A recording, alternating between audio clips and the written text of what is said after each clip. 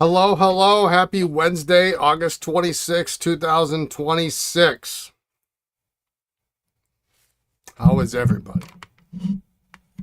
Uh, Today is, I say this often and it doesn't end up being that way, but I'm really going to try to make this a shorter stream today.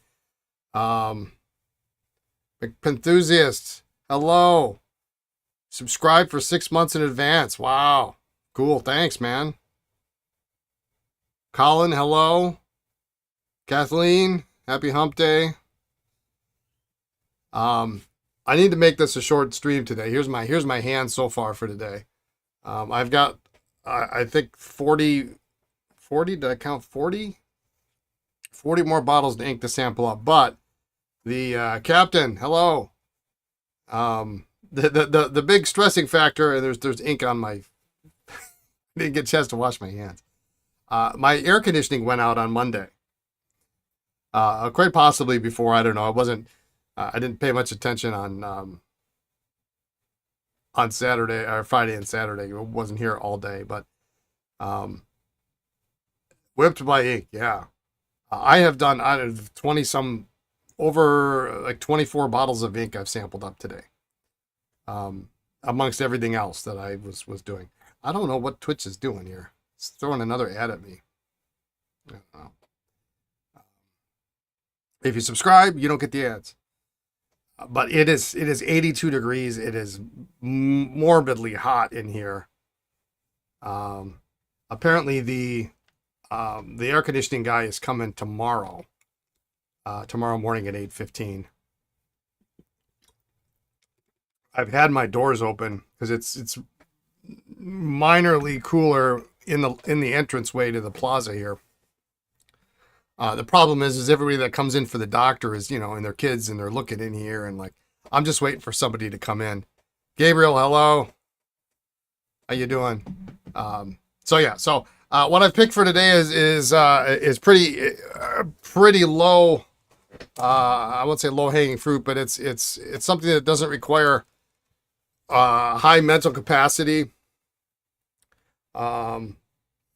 I've got some repairs to do, but I can't do them when it's 82 degrees. My hands are clammy and sticky, and it's just by the end. Yesterday I had 5 shelving units show up like 3 days early. They're supposed to get here on Friday, and Friday is a good day for me to do those kinds of projects. Well, I spent all day putting up those shelving units, and I was supposed to. Hello, Brian McQueen. How are you? I saw that. I said, well, you know what? I wonder where he got that idea. Ladies and gentlemen, the Brian McQueen in the house.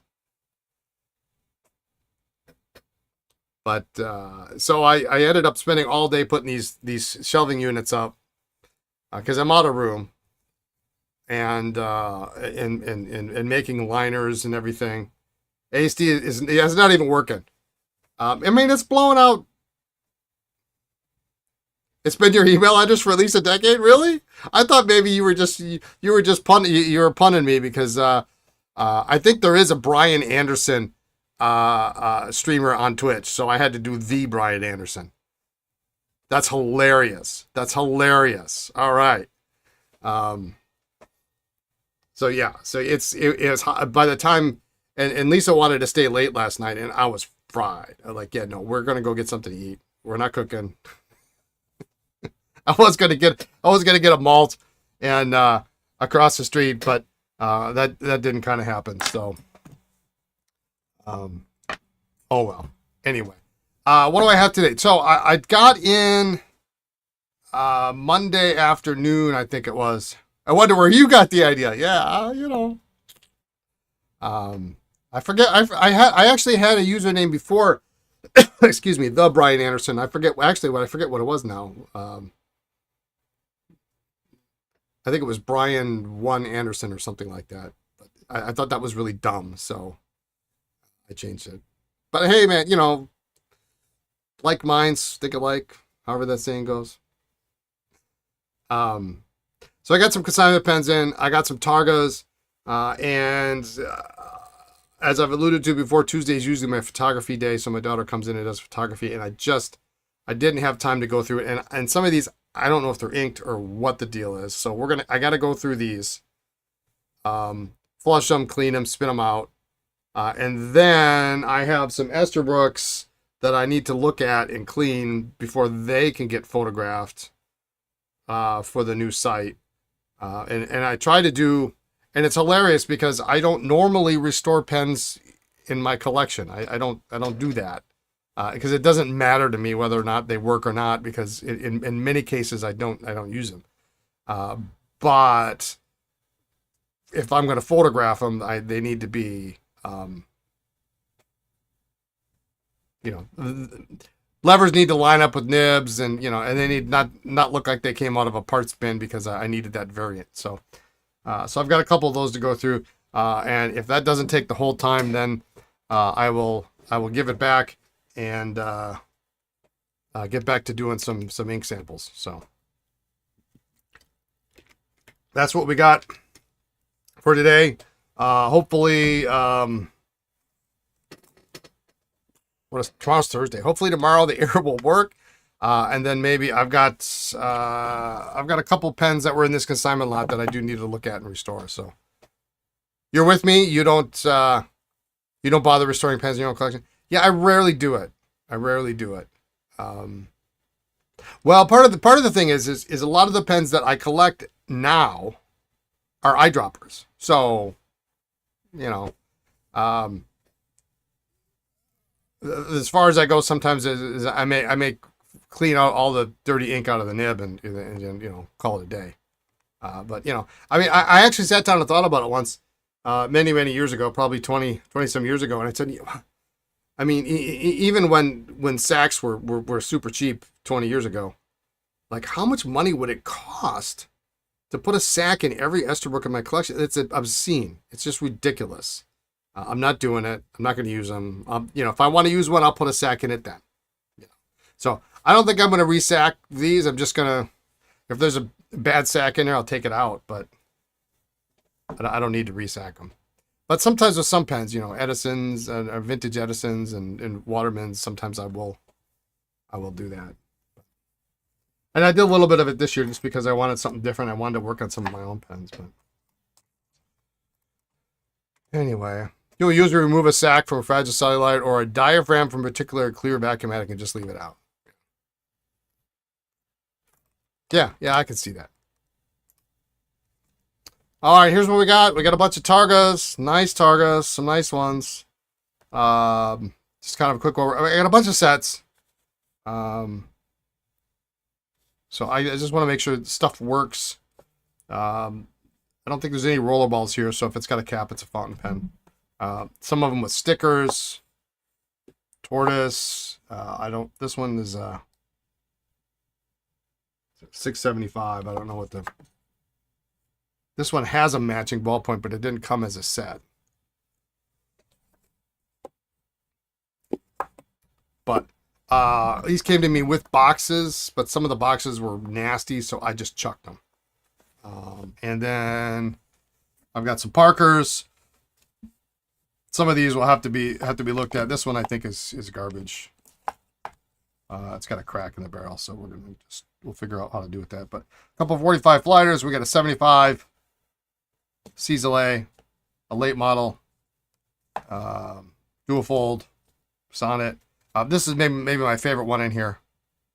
This is a 180 in this cool pattern, really cool pattern. And here's the funny thing: when I cap actuated ballpoint, when I opened the box, this was just laying at the bottom of the box. It was in a box, but it had fallen out, and it was just sitting at the bottom of the box, rolling around. 5-day trip from California and whatnot. So we got these to clean, and I'm sure these are just going to be a simple flush, and we're good to go. And then, just to give you an idea, what's next on the list, and many of these are just going to require just a simple look through wipe down, and they should be good to go.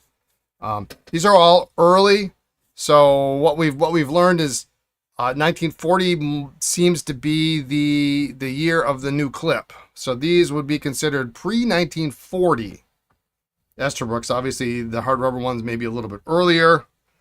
So they have these rounded cutouts. And some pencils in there just to clean up and make sure that they look good.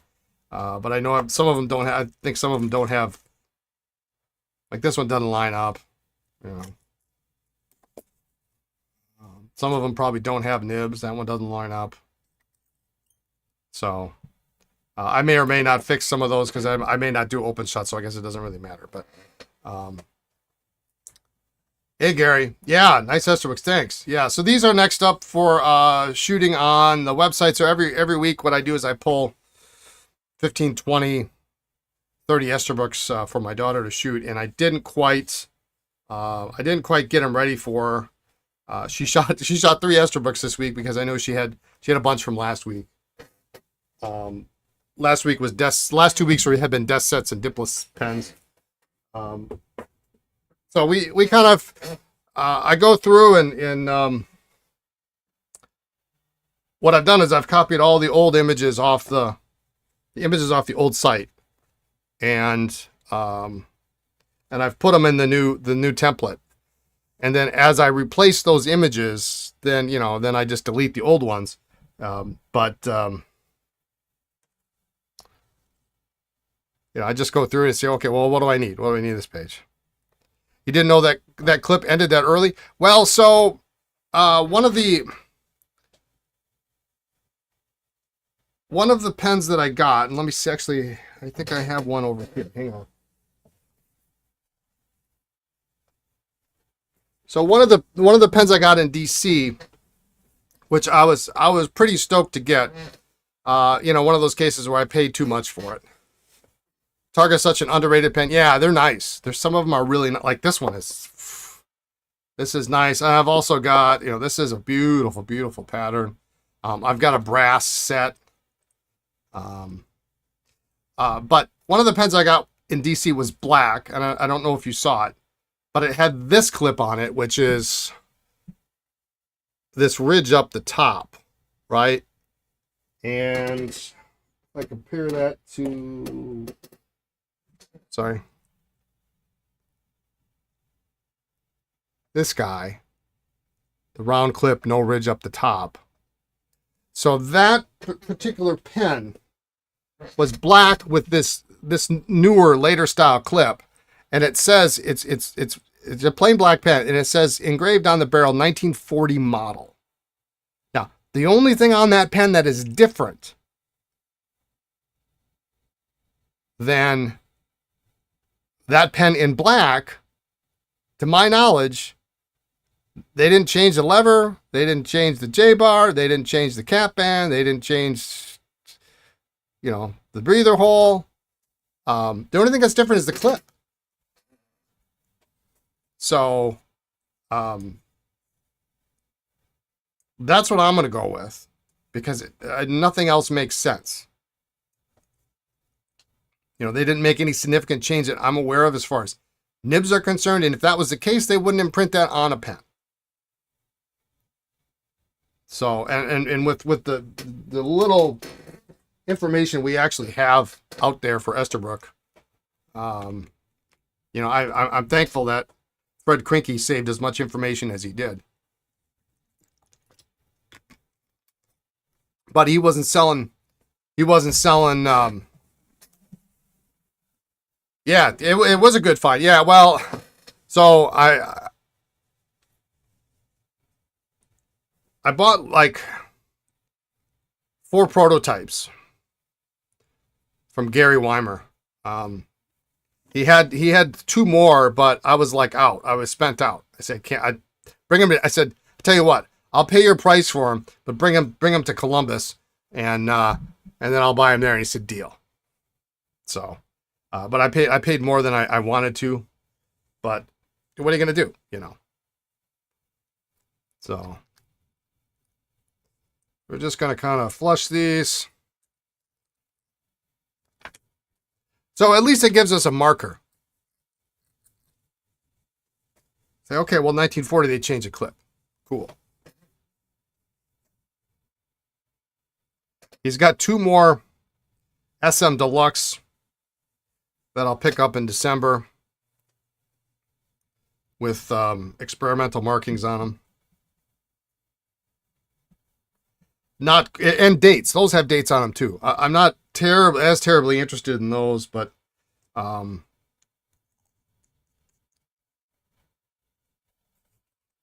what I got was pretty cool. So this one, as expected, is pretty clean.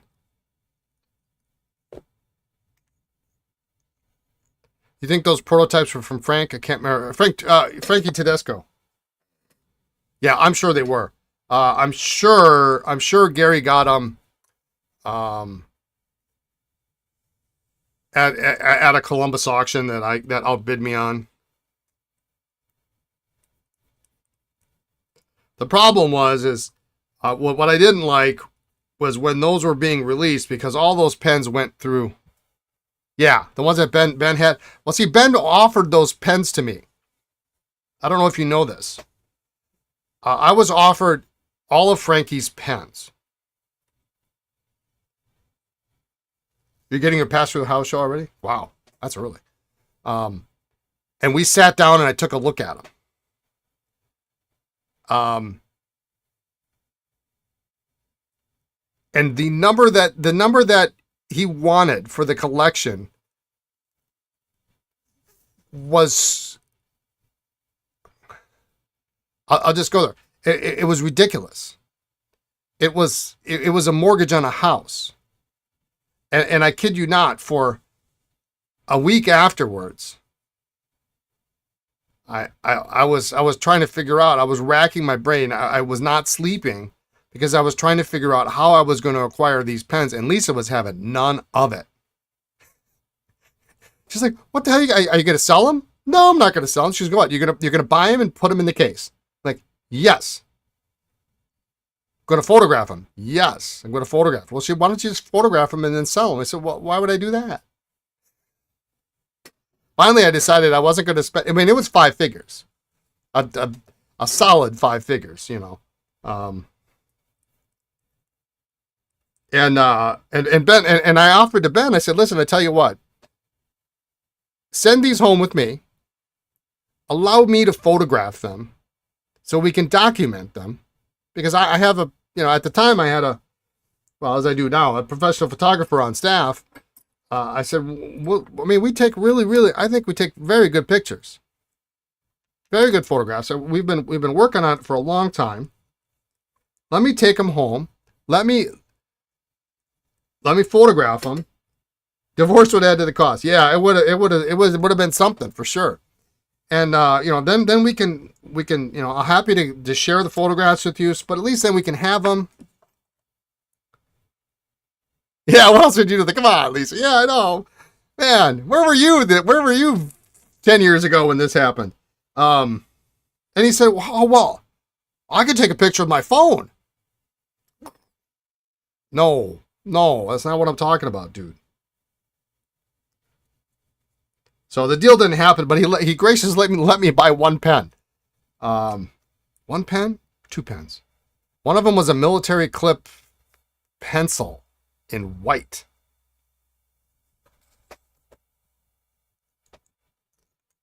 And so what ended up happening is they ended up showing, like, you know, 10, 15 at a time at all of the Ohio, and presumably, so we got a sticker on the bottom, so be careful. Presumably, I don't know if they were in the Raleigh auctions or not. But I've always been of the opinion that if you start diluting a market with a ton of, you know, prototypes, you could have convinced me, gave me $50 for it. You could have McQueened me. I would have only needed like $19,950 more, something like that, or maybe it was more. It was like $20,000 or something they wanted for it. You want 20,000? Oh, this one's got some ink. All right.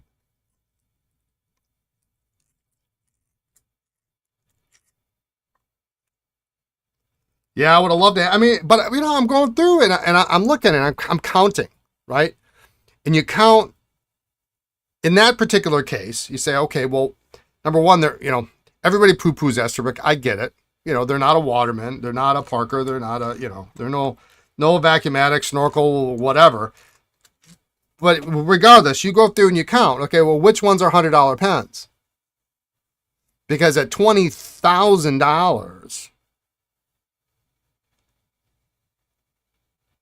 that's a lot of $100 pens. It's $200 pens.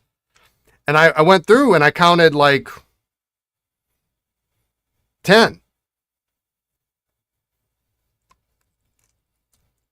And I've always been of the opinion that if you have a standard production pen that's got like, the only thing that makes it special is some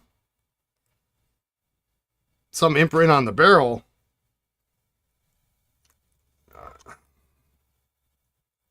I don't think that really inflates the value all that much. Which is why I'm not paying a ton of money for the couple that I'm buying in DC or in Columbus. But but it's also inflation and whatnot. And who else is going to buy it other than me? But yeah, so they came from. I'm sure they came from Frankie Tedesco.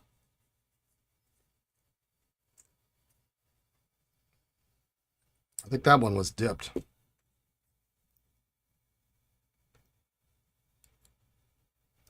We got a little slim here. Let's see if it's got a converter. Oh, yes. Well, there's $75 for you right there.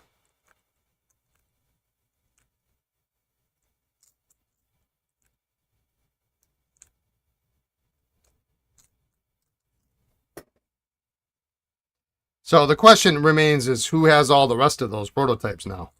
Because they were selling them like 10, 15, 20 at a time in the auctions. Well, not at a time, but 10, 15, 20 of them, and you couldn't buy them. You couldn't buy them all.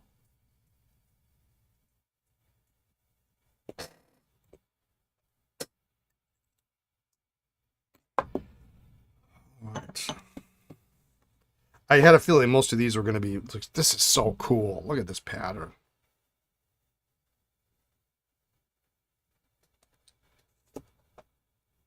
I had a feeling most of these were pretty clean, but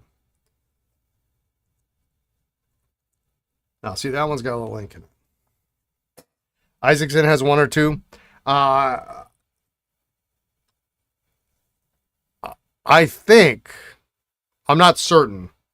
I think Paul Hoban has a couple.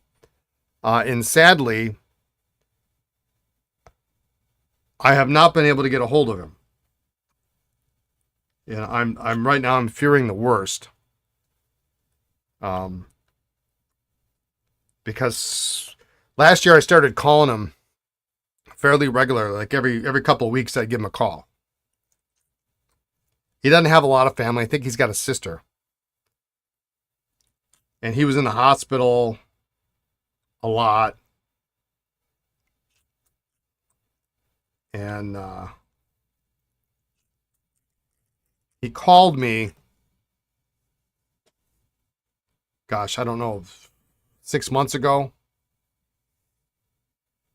Said, hey, I'm gonna send you some pens for you to sell. And I know he's got a prototype or maybe more.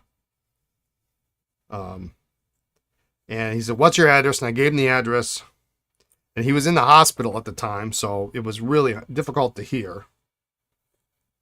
And I said, well, listen, I'll email you the address just to make sure you get it right. And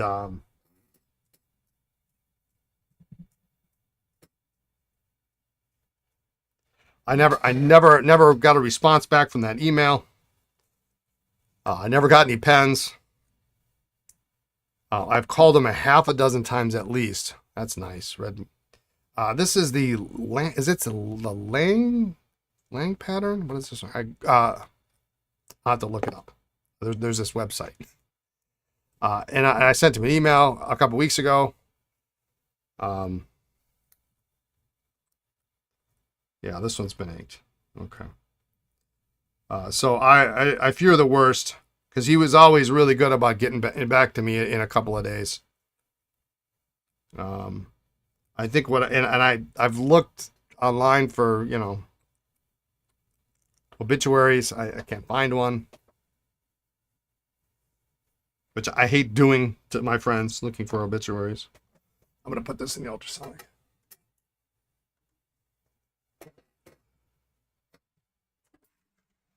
I'm thinking about the only way I can figure it out is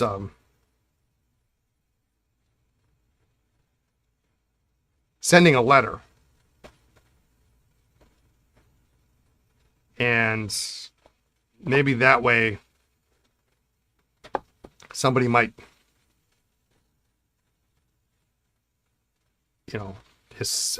presumably his sister might get the letter and say, okay, well, it's time to get in touch with me. Yeah, that's how things get lost in the shuffle. Like why I was asking you about David and the papers he was trying to get. I don't want to lose that trail. Yeah.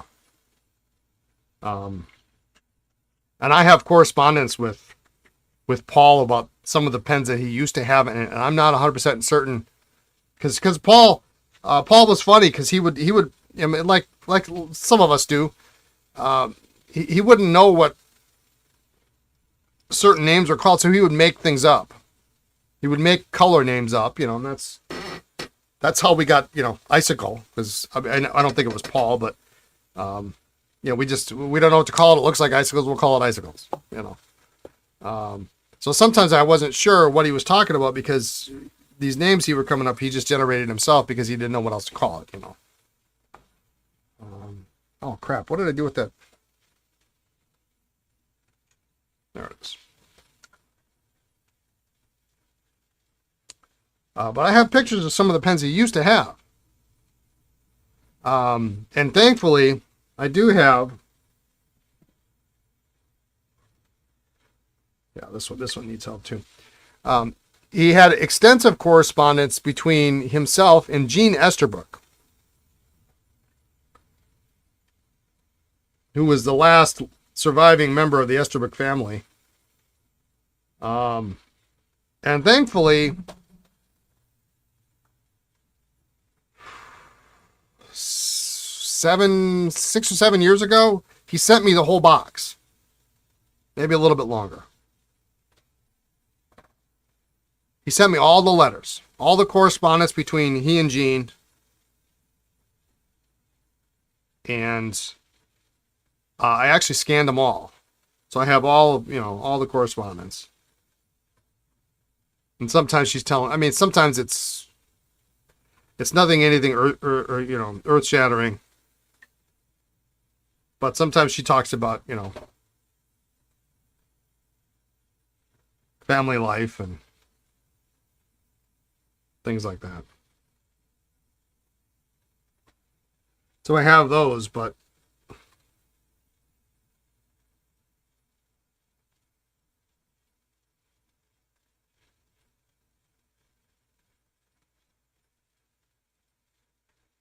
Paul wanted me to take care of his pens, and now I don't know what happened.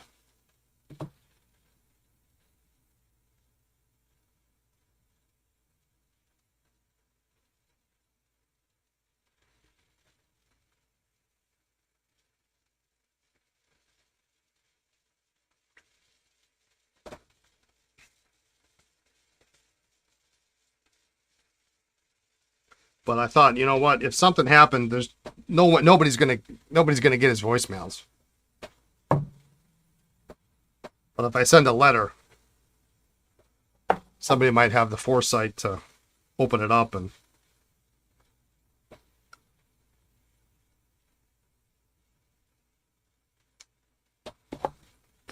All right. Let's check the ballpoints. So those are all fairly clean, except for this one was pretty.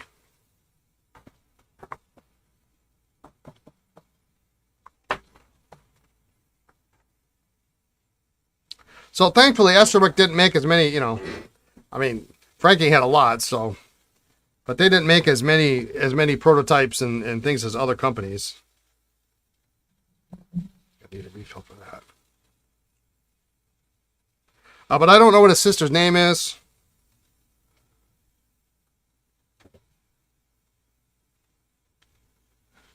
You would hate to pass away and your wife sells the pens at the prices you told her you bought them for?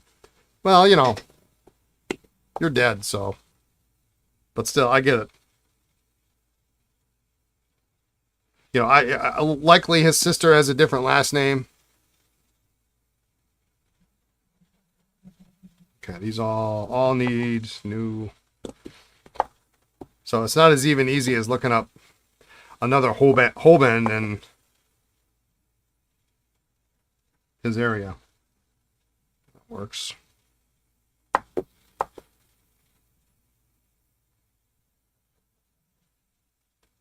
And maybe I'll address it to Paul Holben, Mr. Esterbrook. This one's cooked.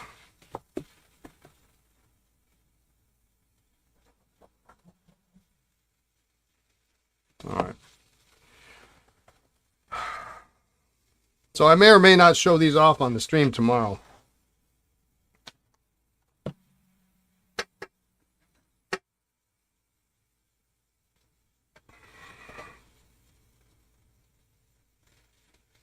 Gosh, it's hot in here. Holy cow. But it's possible that his sister didn't get my address. I mean, anything's possible. And I hate that I have to assume the worst, but I think at this point I have to assume the worst.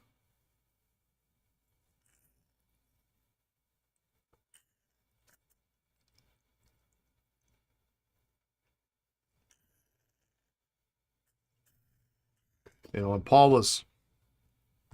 I didn't get the impression that he had a lot of people visiting. And he was a little lonely. And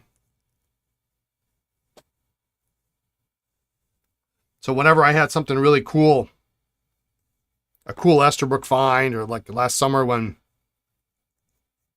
I bought that big collection and I came across a Burgundy CA 101, I called him. He was so excited.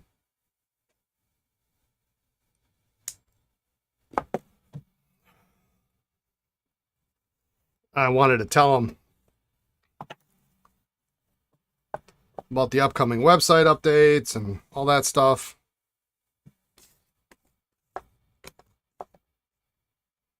It's kind of a nice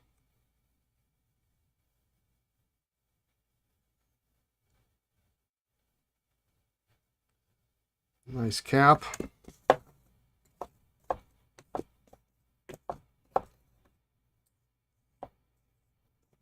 You lost some Targas. Good to see so many nice ones lined up. Yeah, and there's a few more that there's a few more in ballpoints rollers, and like I say, I've got a brass set fountain pen and ballpoints.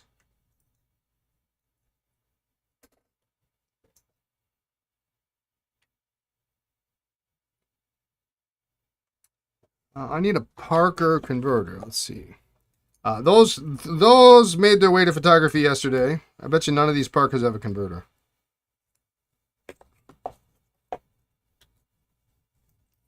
My favorite flighter. Okay, this one's got it's a little crunchy.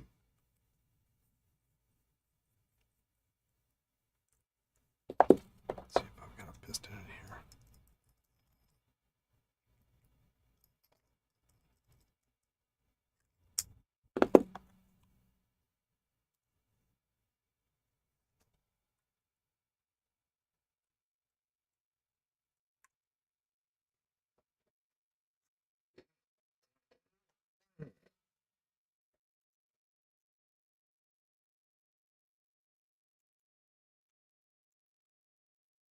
So these will be about another week or so before they... This needs to be ultrasonic.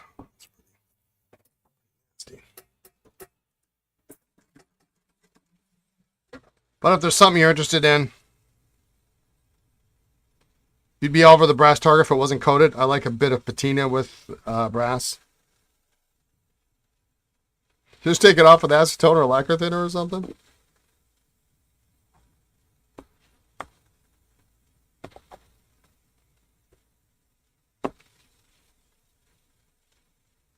I mean, it's your pen. But I've got one that's new in the box. I was a little shocked because I didn't realize that the price tag on it was $140.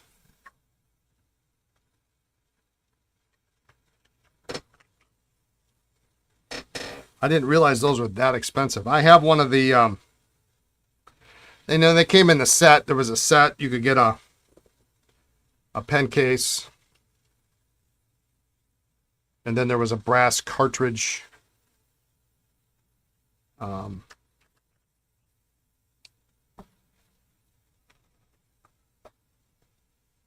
Brass cartridge case.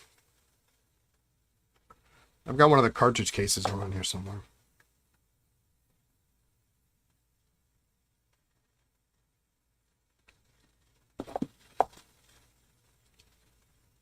I like this. This is what, third generation Flighter. That doesn't have this goofy little black piece on the end, which always breaks. I like the second generation design better with the chrome cover.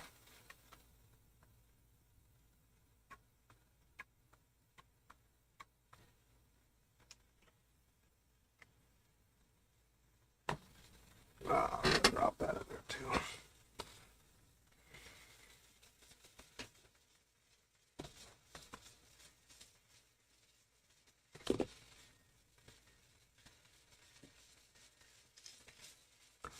Going to have a couple of 75 Ciselets up.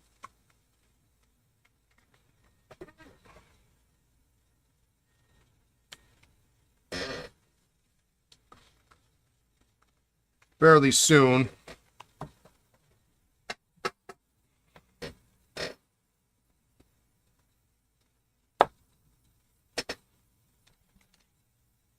Oh, this one for sure needs to be.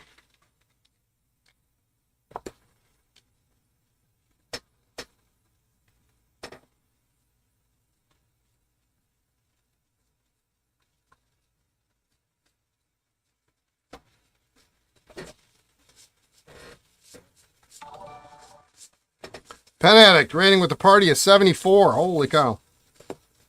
Hello, everyone. Welcome.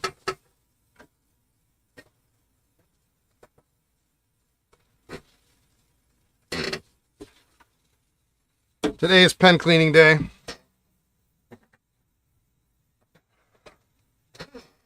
Paws and pens. Zakini, hello, pen man. Olive, how you doing? Write something. Hello, that's a cute name. T.U. Lee, what's going on? Blueberry. This is part of a consignment collection that I just got in. Here's the other half. Here's the other tray that you missed. Targas. Most of these new old stock, never been inked. A couple of them had a little, like a couple of them looked like they had been like maybe dipped.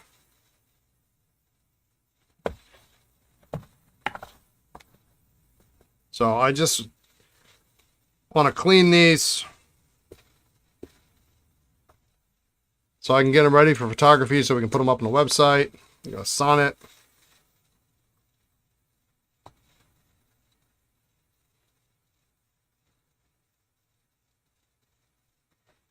Yeah, this one's...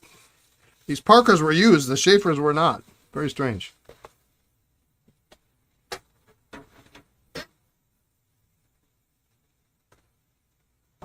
A collector's only collection. So these two we're going to have to restore.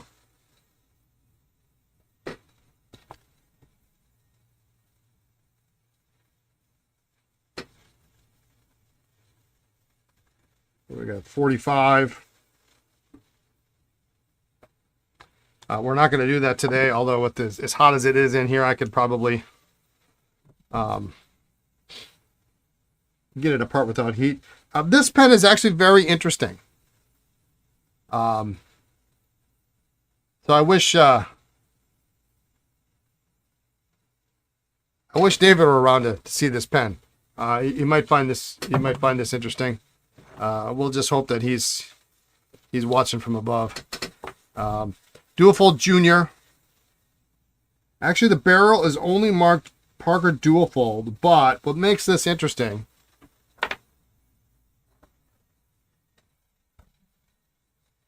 is, let me get my loop out here real quick.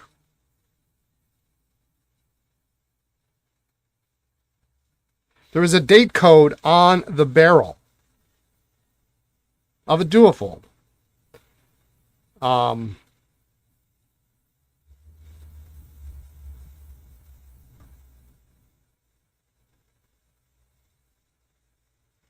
But this format would be a 1940s date code, if I'm not mistaken.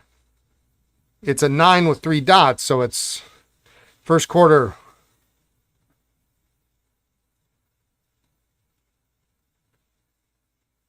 I mean, even if it was first quarter 39. Very strange. Very, very strange. But it's not, because 39 would be a 9 with a quarter. But it has a ridiculous nib that David would have loved. We need to straighten it out. But it's really, it's a vacuumatic replacement nib, presumably. It's very broad. If we're lucky, it's got the star on the bottom end. But we'll take that apart maybe tomorrow if I've got some air conditioning in here. But interesting that, I mean, it's a junior for sure. 9 with dots is 30. Okay. The latest you've seen is 41. Interesting. I wonder if it was a replacement barrel? I guess it doesn't matter.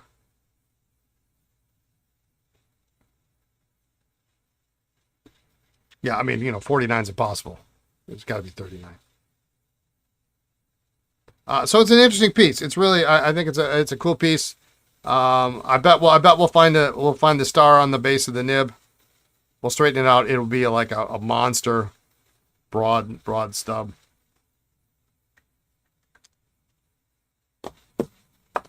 And this, I think there's a crack in the barrel.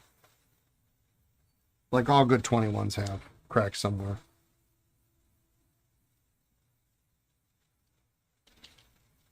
The hood looks good.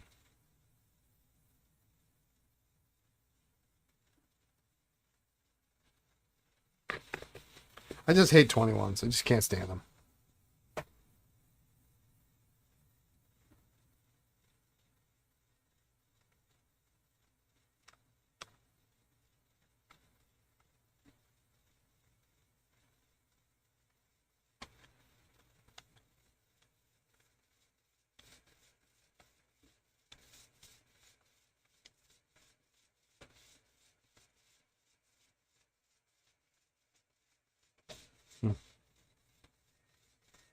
Could be a real deep scratch, but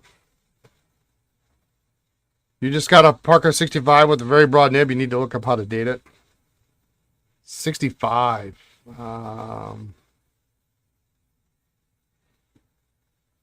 Parkerpen.net. Is that a known stress mark for the cracks in the 21s? I think if a 21 doesn't have a crack, it's not a 21.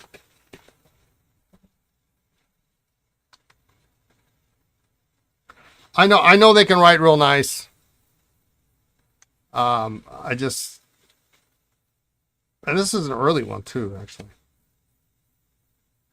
Got the early trough clip.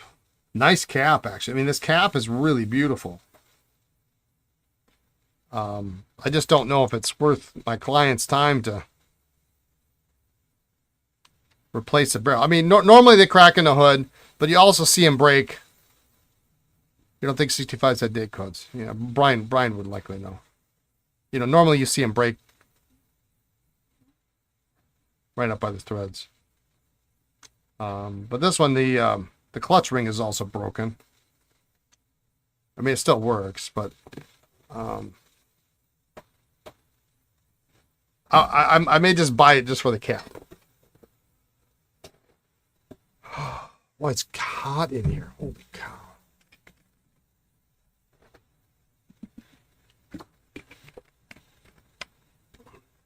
'65's right in the middle, right before they started coming out with those other date codes.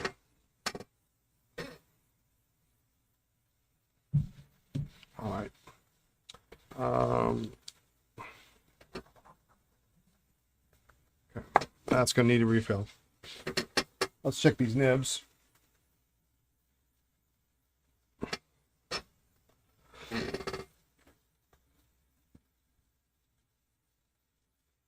That 45 is still inky.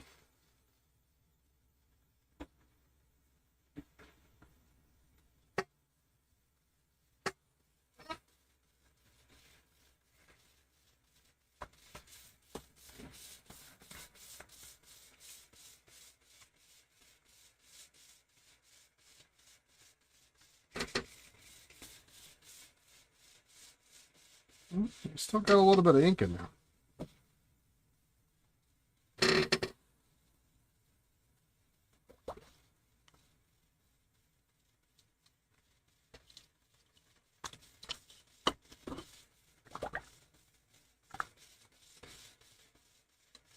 I think a 180 is a real underappreciated pen.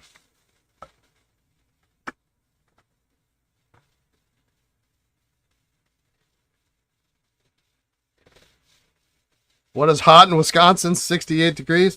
It's actually been an abnormally warm summer. I think the high today is 81, 82, but I lost my air conditioning on Monday. So it's literally 80, it's probably 82 degrees in here right now. If I could take more clothes off, I probably would, but you know, that gets a little dicey, right?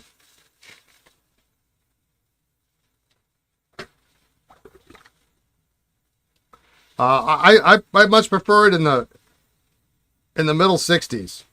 I think that's like ideal.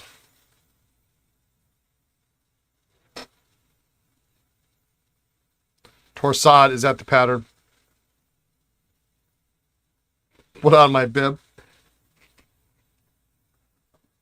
I could do that. It might wick away the sweat.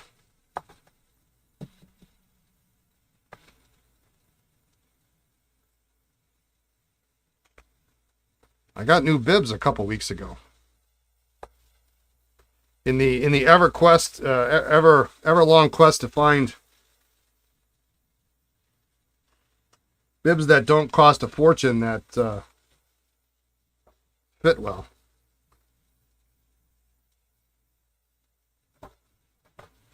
Please don't take clothes off. Yeah.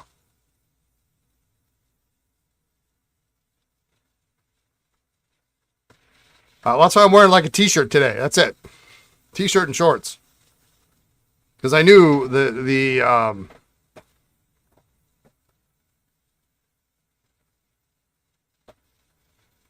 AC people aren't coming till tomorrow morning.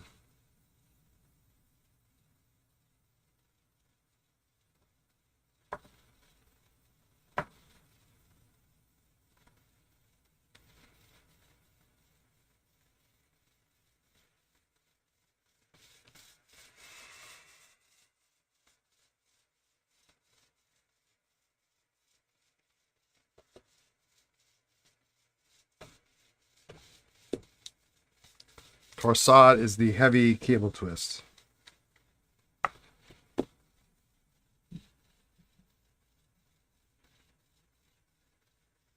That's what that's called.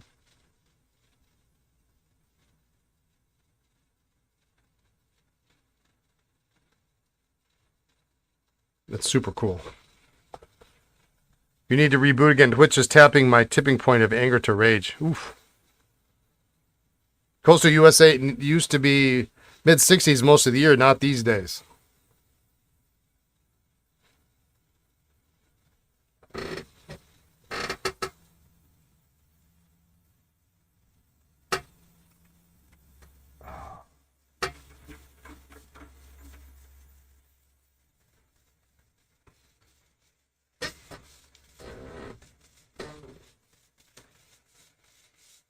It's almost like there's like, a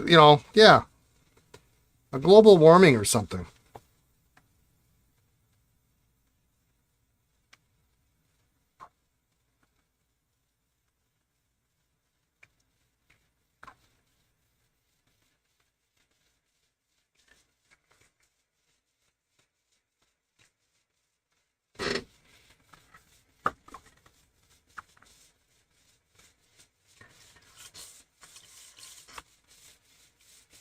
Say it ain't so.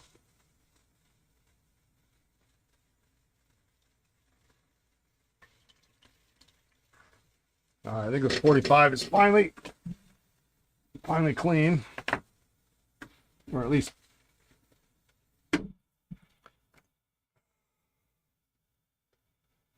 you actually know a few people who would say it ain't so.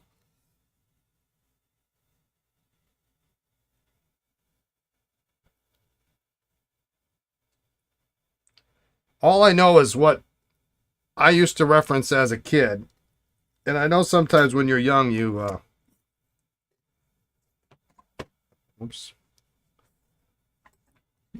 you see things differently than they actually are. But I mean, I remember winters that were just brutal, and now it's like, if you have snow by Christmas in Wisconsin, it's almost a Christmas miracle.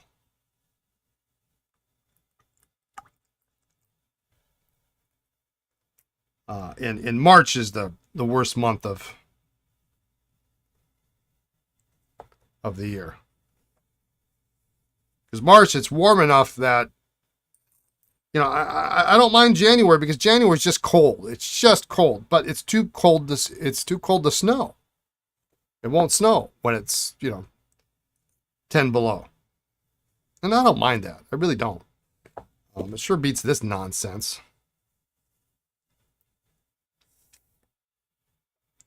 But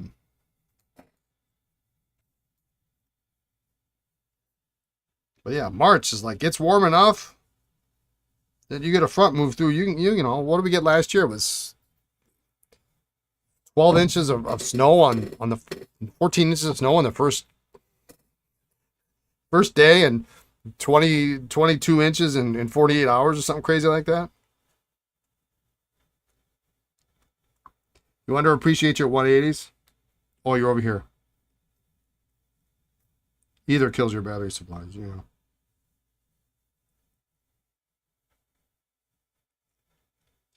had a specialist appointment yesterday on your way home. You called into auction house to view some pen lots. Glad it is. They had Schaefer's had nibs made in Australia, which you had not seen before. Oh, yeah, okay.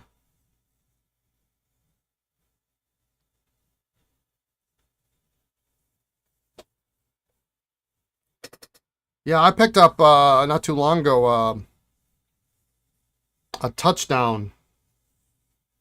Oh, what is it called? All gold filled touchdown with the Australian made nib.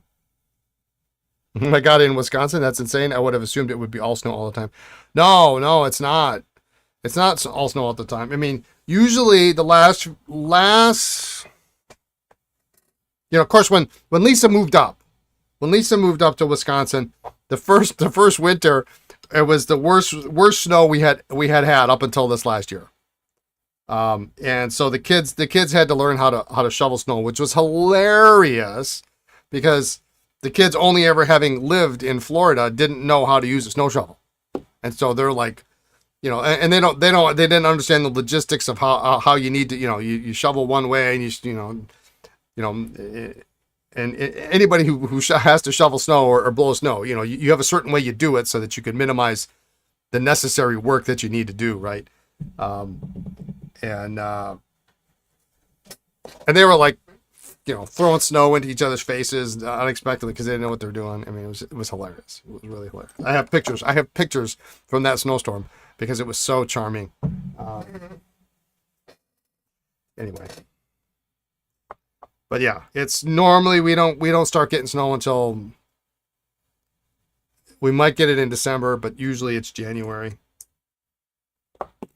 And then we'll get a little bit, but then it might warm up and it might melt away, and then So, all right. So most of these are pretty clean. We'll get to these vintage ones. We'll look at next week. But then I'll be able to get these up and taken care of. So that looks good. Apparently there's I don't remember where this guy came from, but we'll take care of that. Let's take a look at these Esterbrooks. I want to get some of these cleaned up.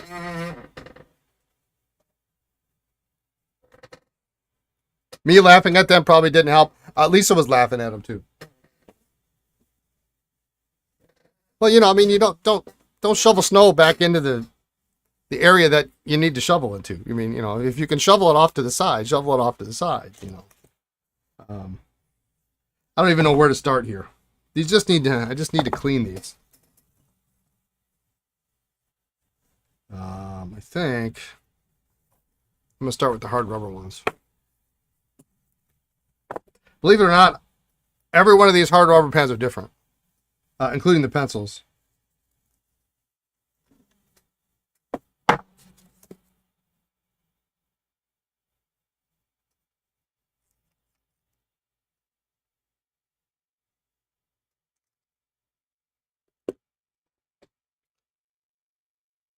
Oh, dusty, dirty. Actually, this one I think has been restored. Yeah.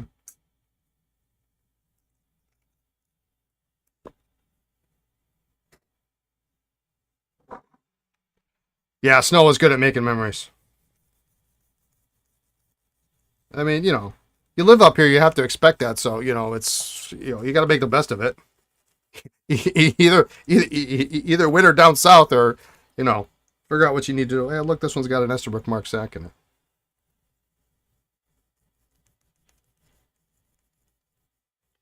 One year, I don't know if it was that same year or maybe it was the next year, but it was really close.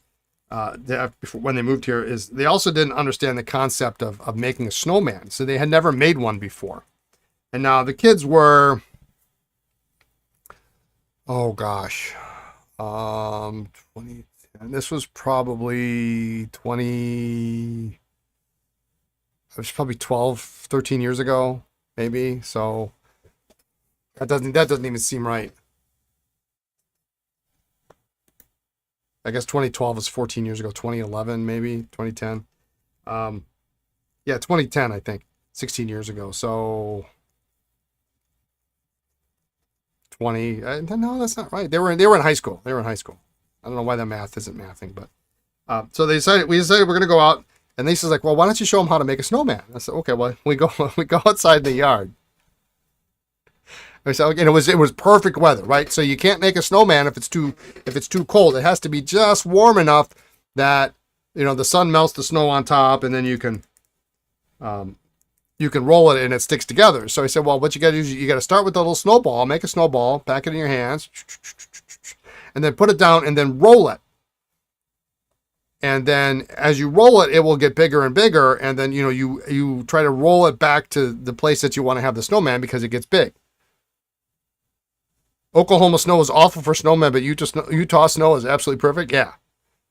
And so my backyard had this not so subtle decline, the slope going all the way toward the back. So what do the kids do is they start the snowman, and they want to have the snowman up by the house so we can see it because we had a window outside our kitchen. So when you get up in the morning, you pour your coffee, you look outside to see what the weather's like. There would be the snowman, right? Well, they started their snowman, and then they rolled it. They created this the base for the snowman. They rolled it downhill. I said, that's great, kids. Now, how are you going to get that back up here?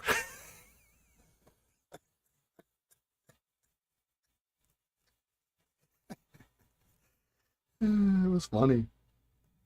Good stuff. Oh, my goodness. Let's see. What am I going to do here? I really don't know what the game plan is here. This is kind of an overwhelming task to try to figure out what to do with all this stuff because, like I say, I don't. It's a little spot right there I don't like. The little rascals, yeah. Hey, they made some really great snowmen. So we made 4 snowmen, and then we had 2. Did we have 2 or 3 cats at the time? I can't remember. Yeah, they learned. Yeah, it was hilarious. So they made little snow cats too. So talking of snow, how about the hailstorm at the Vuelta? Unbelievable that Poga and other riders stopped the race and not the organizers. Yeah, I mean, I'm still watching. I'm a little behind. I was so tired last night. The heat just took it out of me. I was like, man, Tuesdays it's a late day, and we went out to eat, so then that made it even later, and Lisa's usually late, so I'm thinking, man, it's got to be late. And I'm watching the Vuelta. I'm like, it has got to be after 10 o'clock, and I look, it's not even 9 o'clock. I said, I'm done. I'm out. And so I've been watching the Vuelta today, yesterday's stage, and I'm about 5K to the end. But yeah, that hailstorm was something else. But what is even funnier, if you watch, I don't know how it is over in the UK. That looks okay. I like that little brown color.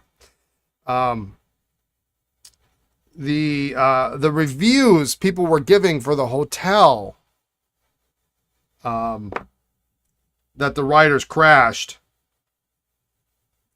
during the hailstorm. Apparently, Wout van Aert knocked on somebody's room and traded his sunglasses for a warm towel. Can you imagine?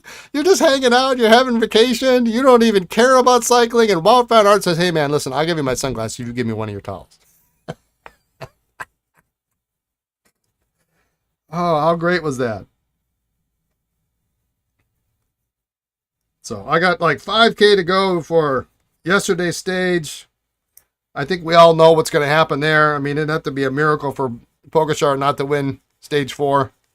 I'm a little disappointed that they nullified the whole stage, sprint points and everything. That seems a little short-sighted. Like, just end it. That's fine. But, there was not a problem. There was no contesting. There shouldn't have been any contesting sprint points.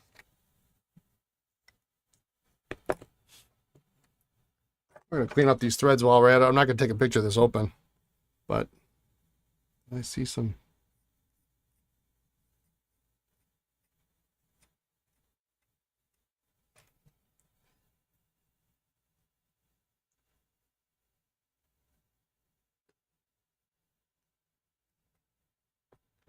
I know some people have said, well, Vuelta's going to be boring because it's going to be a race for second place. And that very well may be true. But how is it not exciting to see Pogačar launch from 50K to go?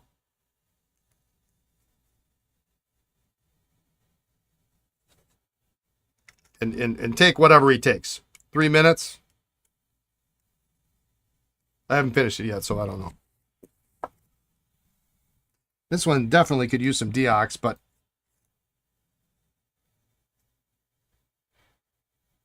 35.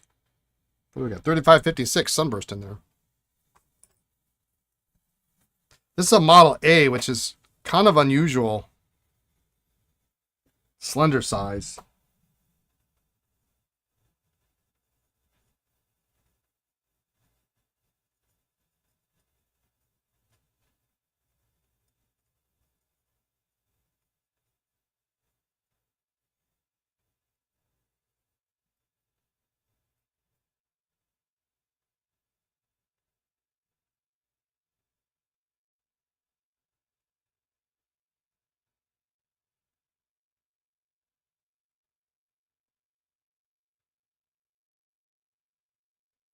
But what, it was like 90 degrees Fahrenheit when they started the stage, though, you know.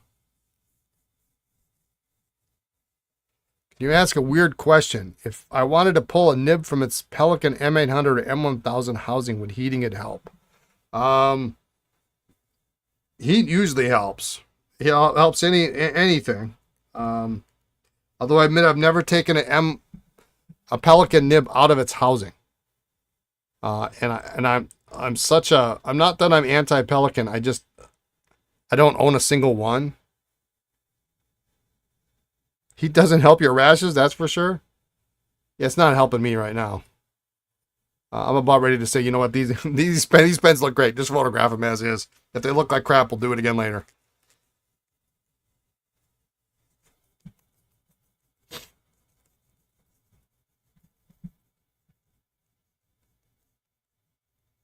Yeah, teams gave the cafe 5-star ratings. It's great. It's pretty hilarious.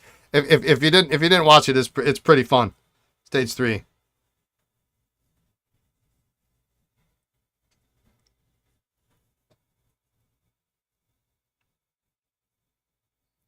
You did it once, but it didn't fight you like this one is. Yeah. I just never got into the Pelican thing. I think I was afraid that if I got into Pelicans, I would be, I'd end up wanting to collect Pelicans. And I don't want to collect Pelicans.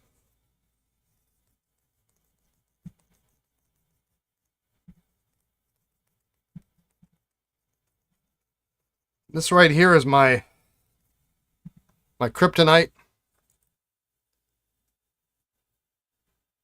I very rarely sell these. I will collect every single one of these and keep them that I find.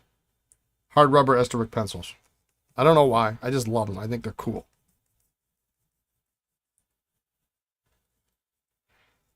You just sent me pictures of a Parker you can't identify. I thought it was a Parker Parquet Deluxe Double Jewel, but now I think it's a Frank. Yeah, I'll take a look at it.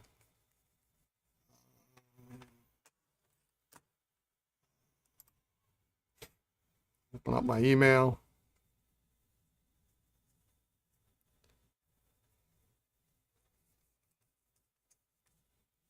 Let's see what that looks like. Yeah, this one's got a really crisp barrel imprint. Patented.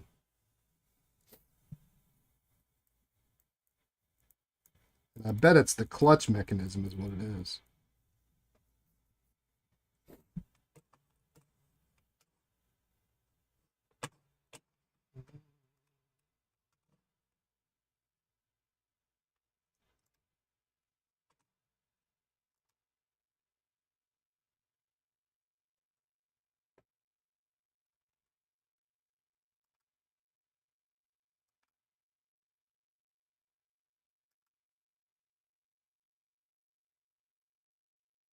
What's the barrel say, Gary? Barrel got any mark on it at all? That just doesn't look.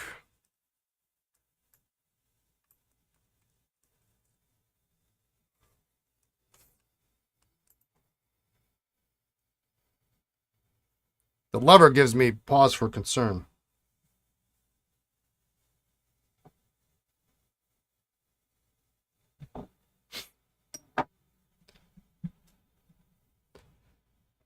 You know, I've had extremely good luck with the inexpensive Chinese pens. It's for sure not a real Parker 51, but it'll tie me over until I can get one. Yeah. Hero used to make some really nice ones. The Hero 100. I mean, nobody talks about those anymore. These days, it's Jinhao and all the other names I can't pronounce. The branding rubbed off. It's too faint to read. I'll look at it a little bit closer later. I'll let you know. Yeah, you can always send me stuff. I don't care. If I'm busy and I got other important things to do, then it might take me a little bit longer. It didn't come with a nib. I mean, the jewels look spot on, but that lever doesn't look right. Yeah, I know they made levered parquets.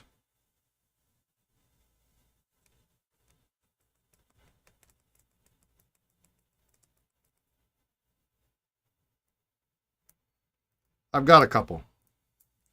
Actually, I probably have more than a couple, but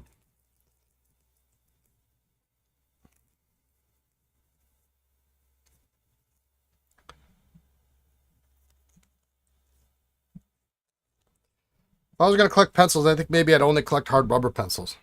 Forward you the images? Yeah. I can do that.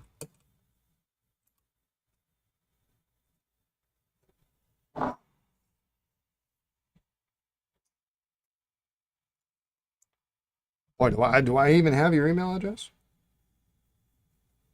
Probably not on this machine.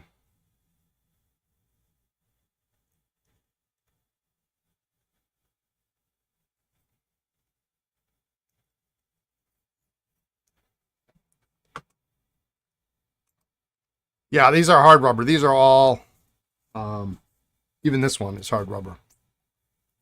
This one is a very unusual pen. Thank you.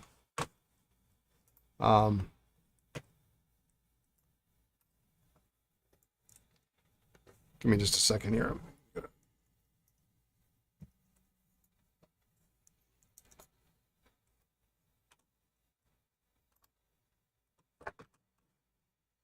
There you go. This one's very unusual, and I actually found this last year. And what makes this interesting, there's two things that make this interesting, and it's all in the cap. Number one, we have this much later clip, and the positioning of this cap band placement is very high. Most of the ones you find are going to be this way. Early clip, cuts in towards the top, and the cap band is right at the edge of the cap. So when this one came up, when I found this, I just about freaked. Is there a crack in the cap here?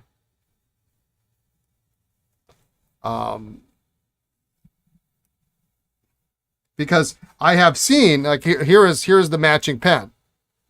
High cap band placement, second generation clip.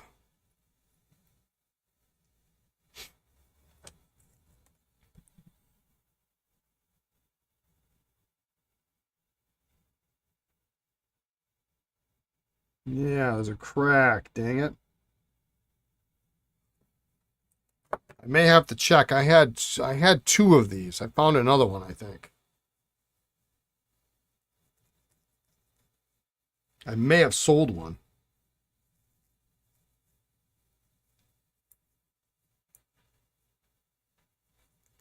Which I find hard to believe, but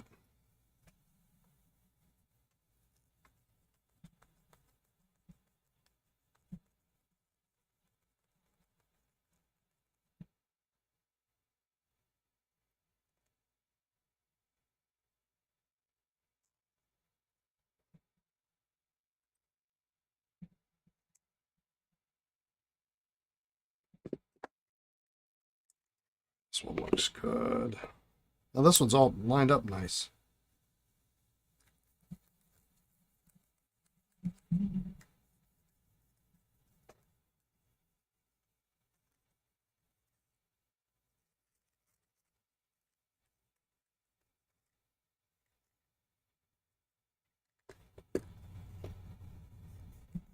Yeah, those parquets are just not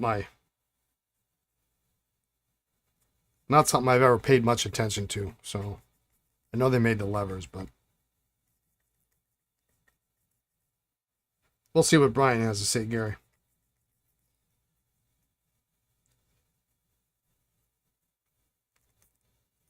And actually,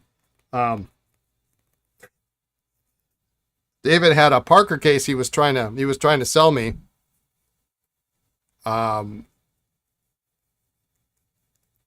That was made for, boy, that looks nice. Oh, that's so nice. It was made for parquets. And one of the reasons I didn't take it was because it was that late. Here's another Model A, but this time we get the later clip, but we have this early cap band placement.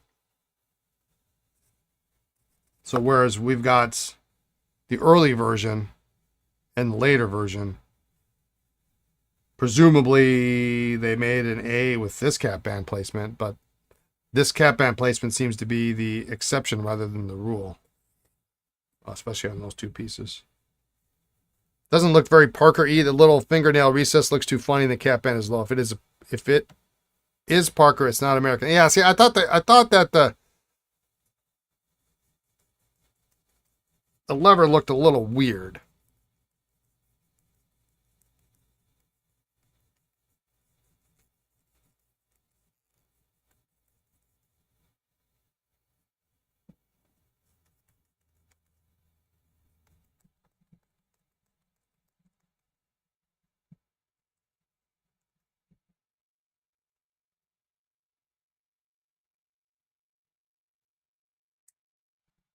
They did make some real funny parquets, though. Yeah, I know where you can get a parquet case if you want one.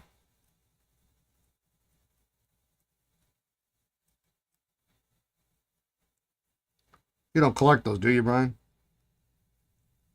Yeah, a lever wouldn't have any writing on it.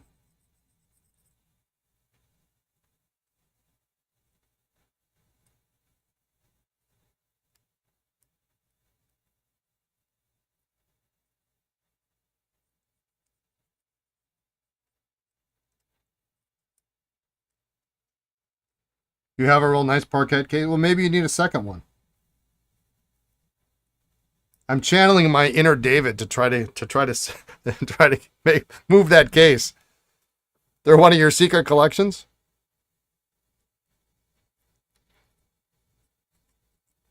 And to be honest with you, I would have probably taken the case if it weren't if it weren't a parquet case.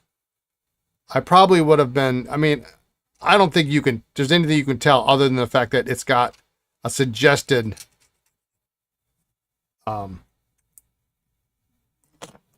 pens that they suggest that you fill it with on the back. But David paid too much for it, and that's what he wanted to sell it to me for. And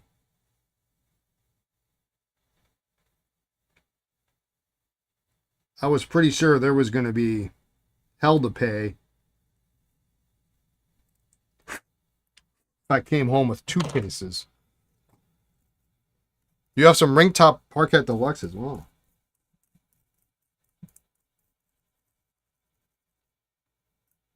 Although I was pretty sure that at some point I was going to end up with that case.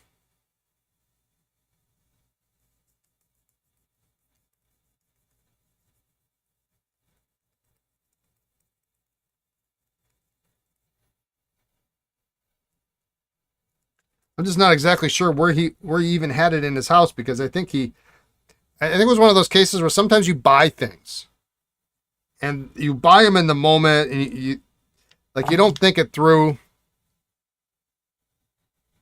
And I'm not saying that was the case here, but I know for me, like, I bought things because I thought it was something I wanted or needed to have. And then later on, I'm like, why did I do that? That was just really dumb.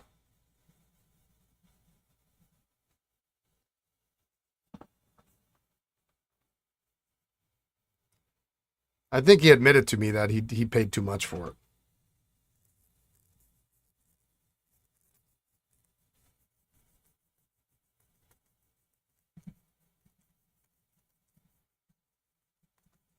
Yeah, I'll help a brother out, but only so far. He was doing the hard sell though. He offered it to me twice, I think.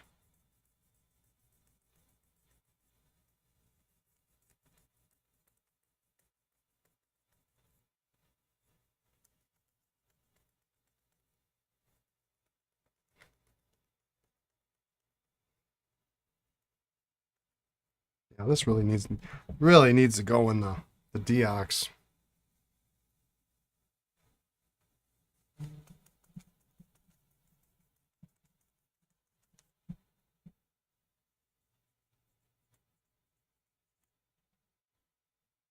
I just don't want to throw it in there. Does the section come out?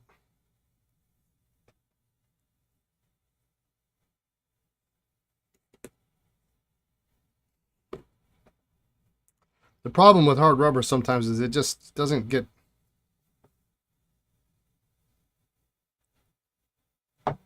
It's just hard to clean without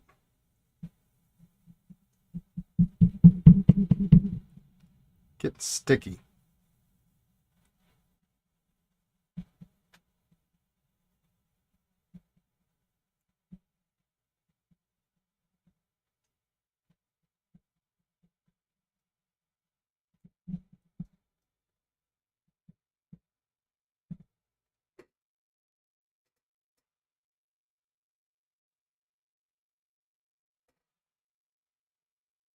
Is it too hard? The hard rubber?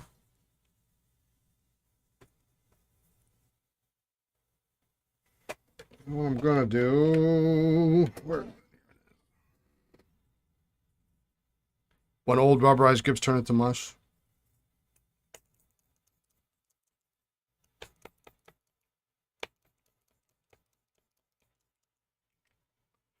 A little of the Dr. G's on here, maybe that will.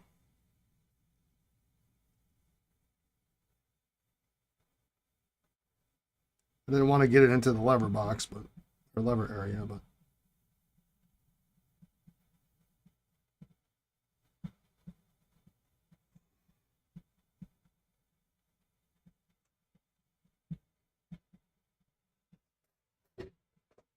I need to grab another towel. I'll be right back.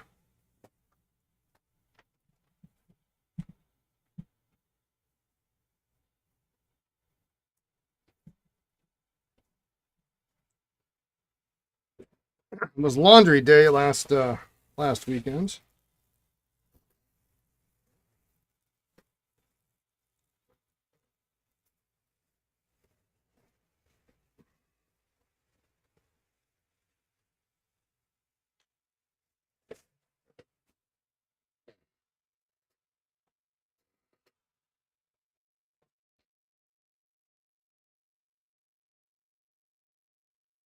Yeah, so sorry this is not might not be terribly exciting viewing today, but it's necessary evil.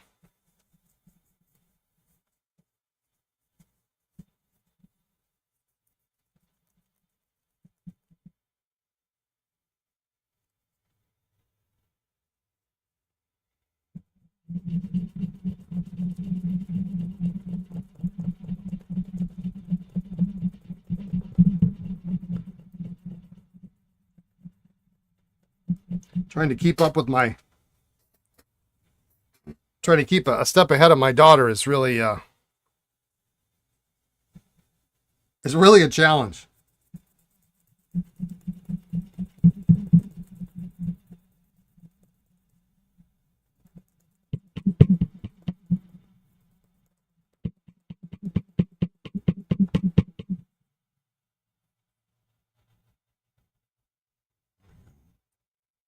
That looks better. Carmel Vineyard, hello. Lurking and joining the conversation. Yeah, I mean we can chat, Why not? Sometimes I don't always have stuff to repair, but I've always got something to work on. Probably your favorite stream. Well, thank you. Yeah, that's better.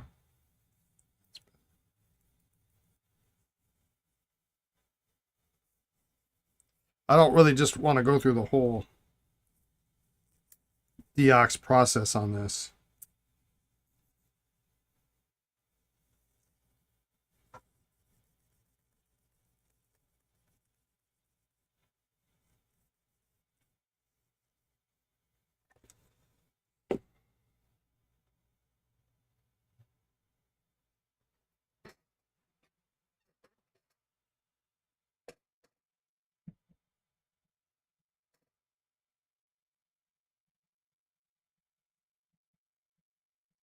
Yeah, we all have, or some of us anyway, we have secret collections, don't we?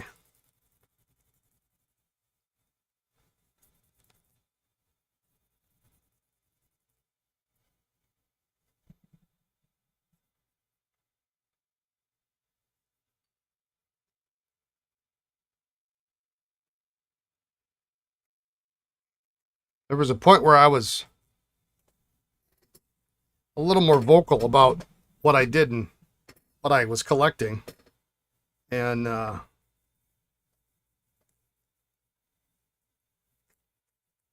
discovered that that was not always, sometimes it's not always a good thing to talk about things that you collect, because, I mean, it can go either way. If you tell people what you collect, then, you know, you have more people who are looking for stuff. And then they bring things to you. But then prices go up.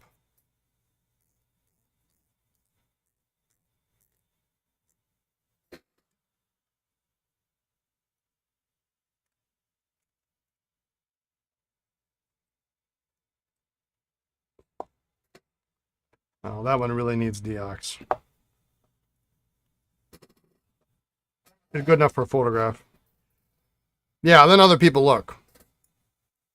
But, you know, there was a point where I was collecting a certain pen, and I was getting them regularly for $100, $125 or less.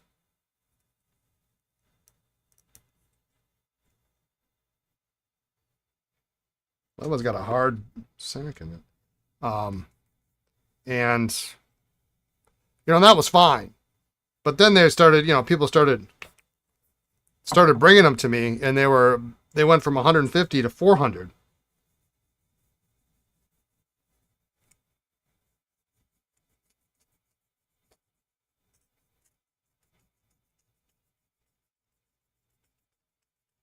You know, and that doesn't work if you have limited funds. I mean, if you have limited funds, it doesn't work. You collect way, way too many things. Most of them are stationery related, though. Postcards have been your recent love. Oh, postcards are fun.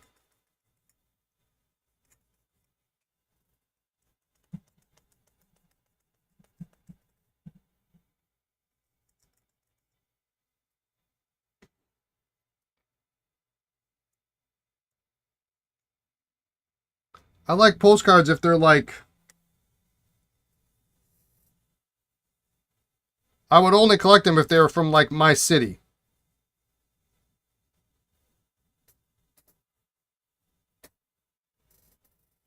Or my hometown or something.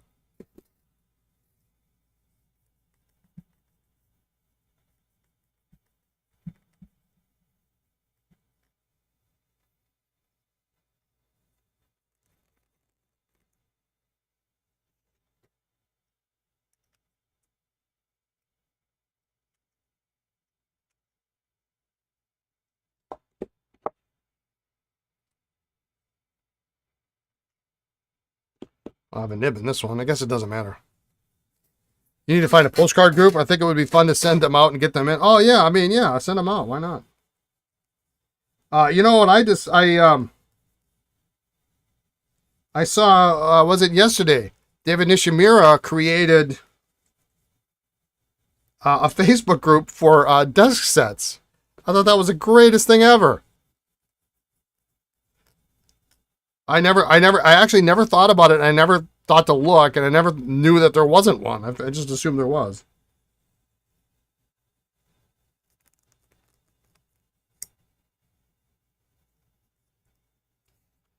My first thought was, this is probably the blackest, and this is saying a lot.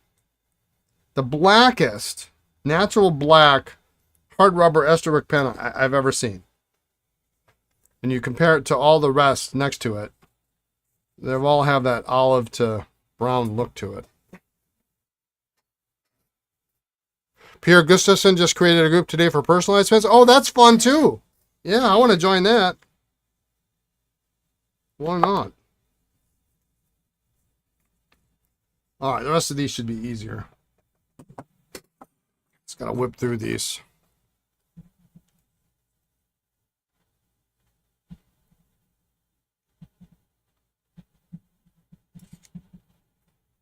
This is actually an exceptionally rare pencil. Maybe you'll have clientele for your Kingsley machine. There we go.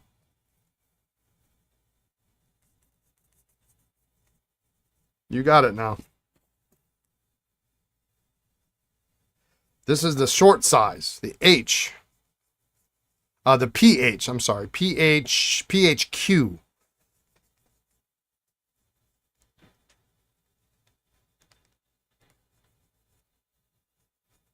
Somewhere, Brian, if you haven't seen it,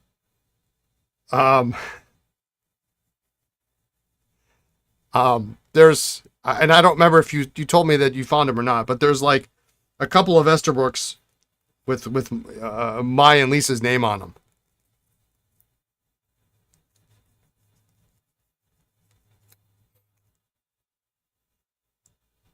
Testers, if you were.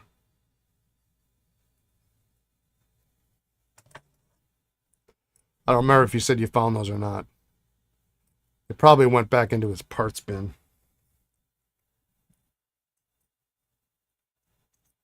Somebody polished this at one point. Caked it on. They weren't with the machine. Okay, well, we'll find them.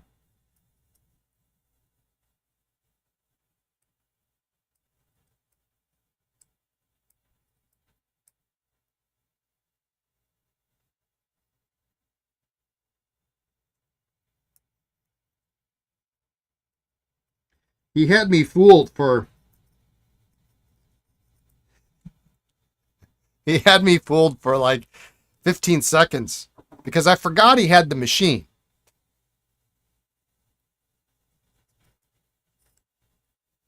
I knew he had it because I had found the Kingsley touchdown. And it was actually marked with a couple other names on it too. And he freaked out when he saw it. He says, "Oh my God, I have that machine. That's the name of the guy who invented the machine." So I knew he had the machine, but then I forgot all about it. And one day he sends me a picture of my name on a pen. And I'm thinking, oh crap.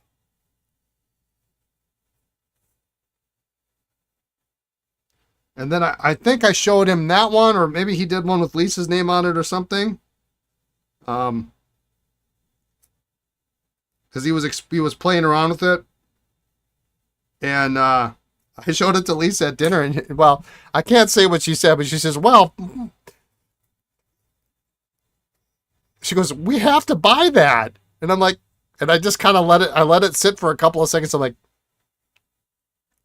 she looked at me, she's like, there's no way there's a pen with Brian P. Anderson on it. There's no way. It just can't be.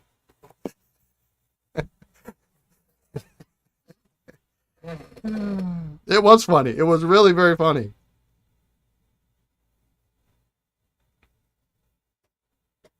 And I don't know if he was purposefully trying to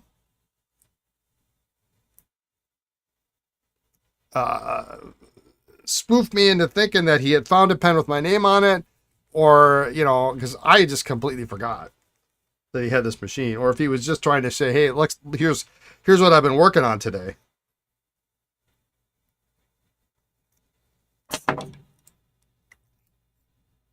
It could have been a little of both.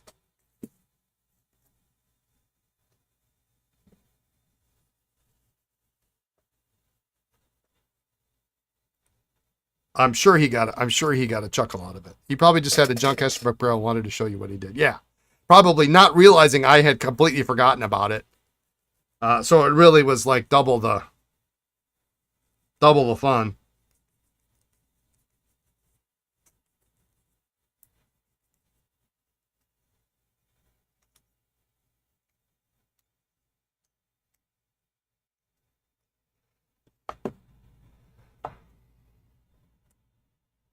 Wow, this one's nice. Look at this. Look at this pattern on here. Look at that.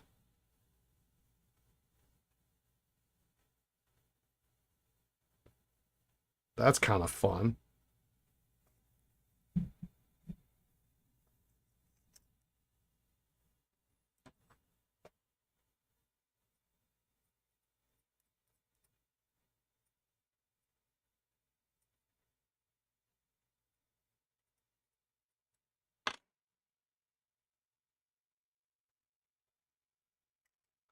So I realize now I have to look because I'm missing a couple of pens.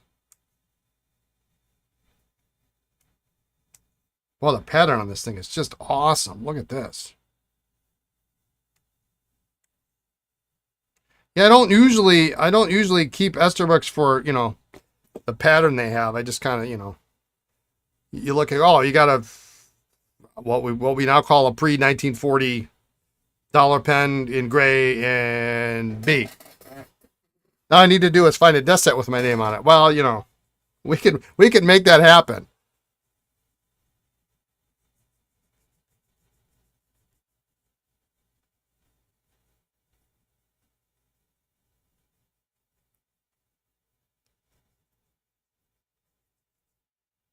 Because do I have Esterbrook desk pens?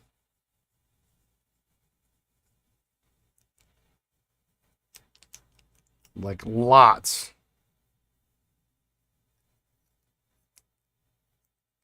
Gotta find a piece of lead for that. Whenever you don't have a piece of lead in an Esterbrook pencil, you might see this.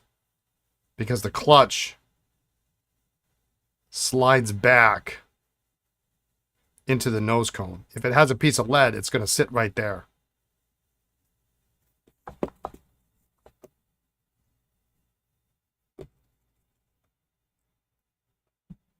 I don't think I could be bothered to set up a new name on that machine for less than $25.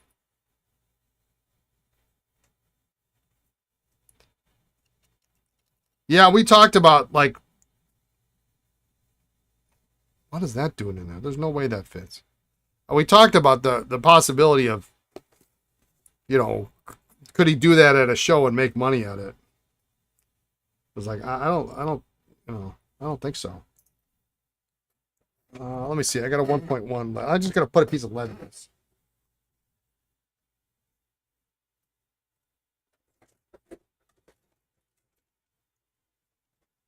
I also don't think he would have liked being on the other side of the table.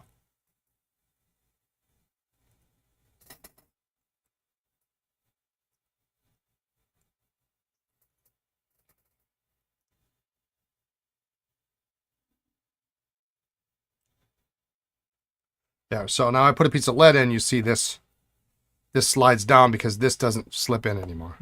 He would have hated it, yeah. And he probably would have not liked the whole, I mean, not that he wasn't a people person, but the whole customer interaction and,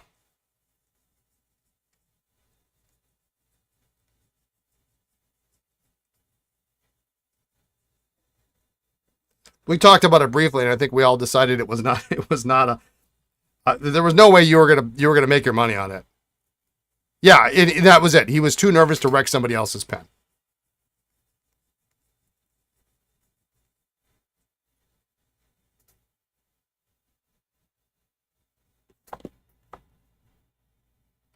Well, I'm missing some reds. Gabriel, you got a red B and a red H pre-1940?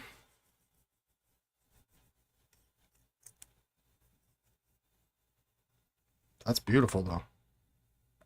I got to go search my... I've really not paid attention when I buy pens. I just assume I had them all.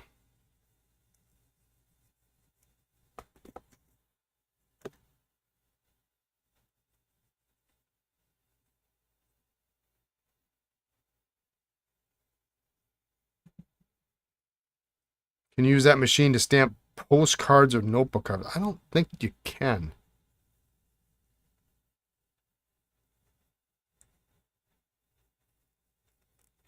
Brian, you got all the different rests with that, right? There were like different rests for different kinds of pens.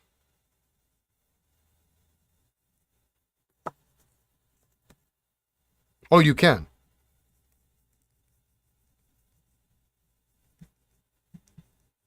See, you should have bought those other Kingsley fonts. You could be competition to, Lloyd term setting up at shows.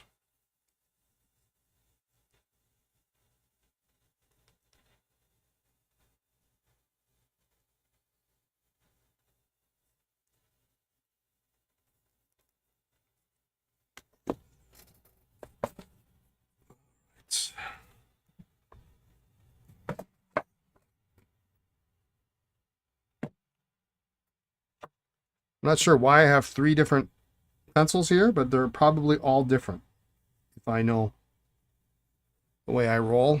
Oh, no, I've got 3 different pencils. That one's shorter. And this one is...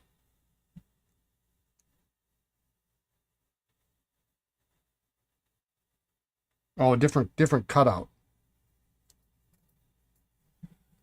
You can do leather, paper, fabric, cardboard, all sorts of stuff. Okay.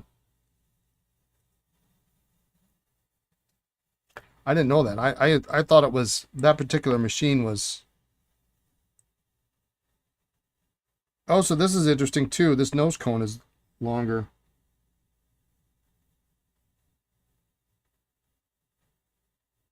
And the barrel is slightly shorter.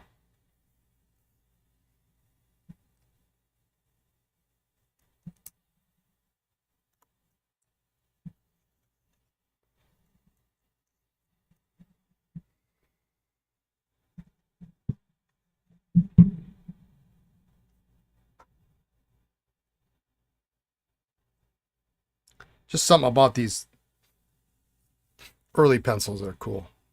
And green. I've got the green in H only.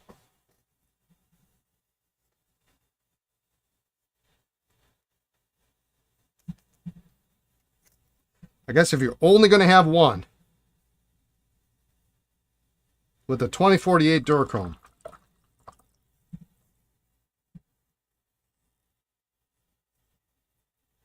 You'd love to have your own little print shop. You mostly do leathercraft. I feel like those 2 things would go well together.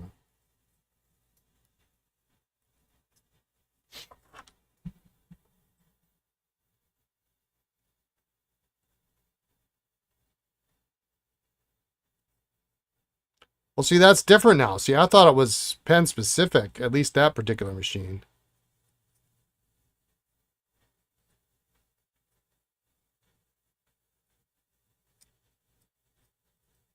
Yeah, he would have hated that. He loved walking around. I mean, I was like I always said, it was always great, going to the show and you come home with a fistful of cash, but you end up doing is you end up talking to all your friends and you go, "Oh, what'd you find at the show?" I got nothing. I was behind the table all day. I got money. I didn't spend any of it.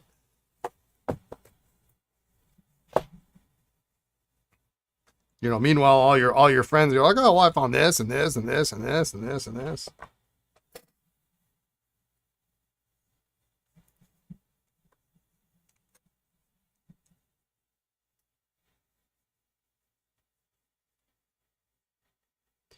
I think my return to there will be a return for me behind the table at some point. But I think it's like I hope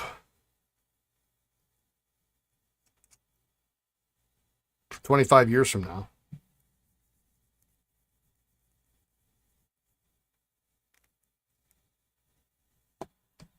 No nib on this guy either. That was the other thing. I'd find these pens and be like, "Wow, okay, I need a new sack and I need a nib."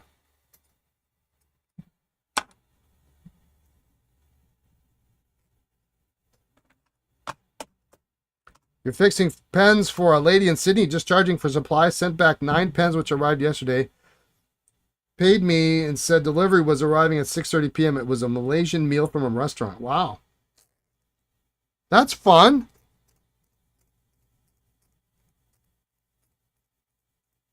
Nib is probably pretty expensive. Well, I mean,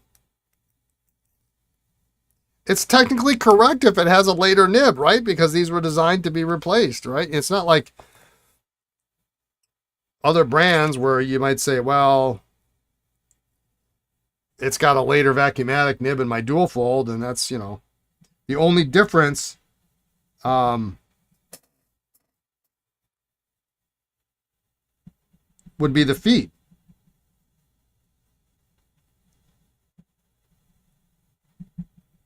The imprints on the nibs, unless it's a 3000 series nib or something like that, are basically the same over the years. The very first 2556s look exactly like the last 2556s, which for a while I was doing this kind of a ridiculous project where I was outfitting all of my old pens with flat feeds. And what I would do is I would take all the nibs that had busted nibs, and I was separating the collars, the pins from the collars, so I could put a replacement nib in. Let me tell you, it's a lot of work. A lot of work.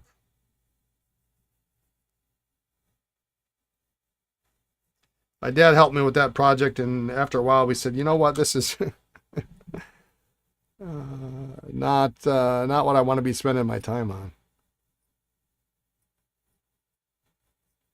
We developed a little jig to help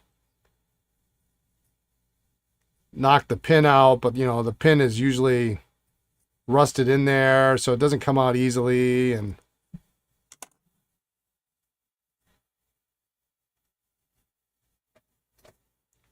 your Esterbrook's are selling quite slow, even at reasonable prices. Probably part of the problem is that, you know, it's always been touted as it's the pen. If you want to learn to repair pens, it's the pen to start with, right?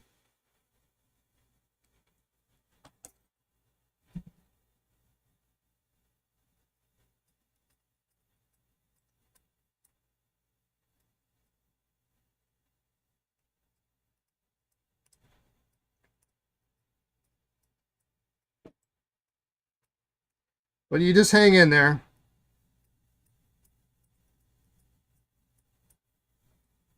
Because eventually somebody doesn't want to do their own work, and maybe you've got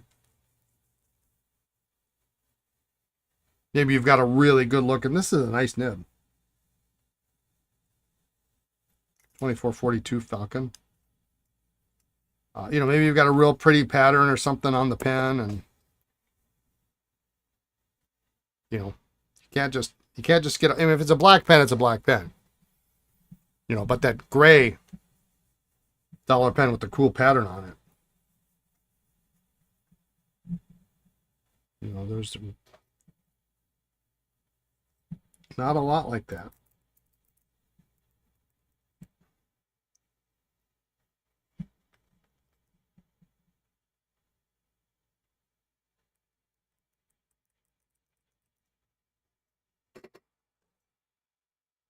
Little something on the barrel.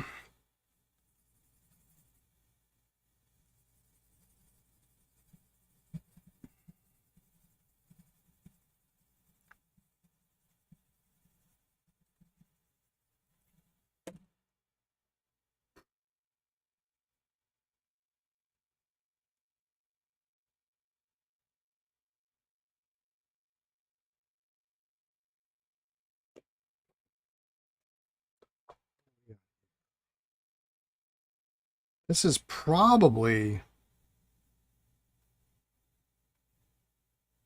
you were at the auction house yesterday. They had an Esterbrook, red body, silver cap, and metal section.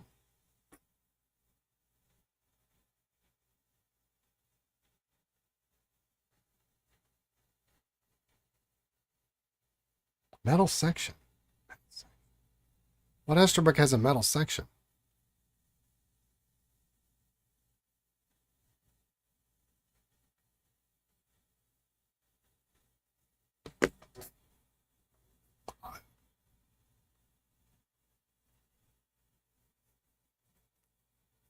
I can't think of one.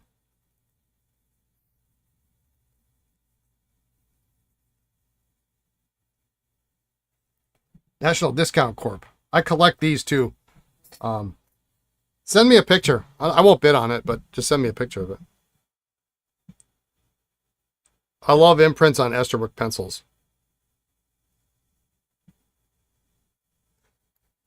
That's kind of one of my dirty little secrets. Is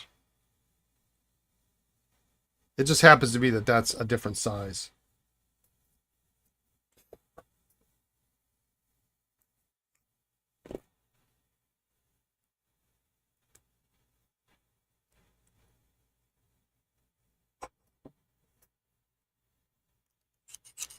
Oh, is it the house that you stopped by? Okay.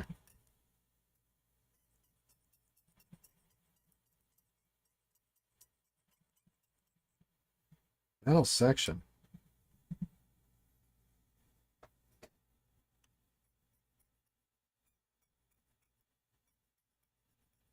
It's not a 101. It's not a Safari. It's not a CX100. It's not an M2. It's not a plunger fill.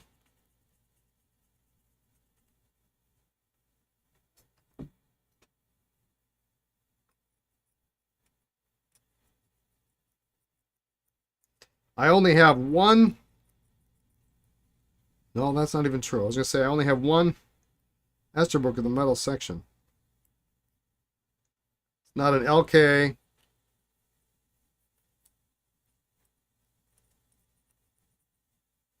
Yeah, I don't know of one. I mean, there's... Unless it's a prototype.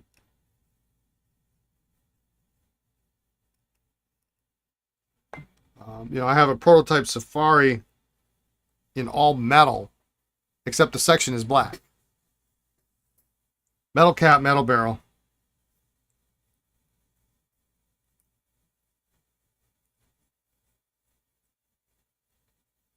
But the barrel was never drilled out.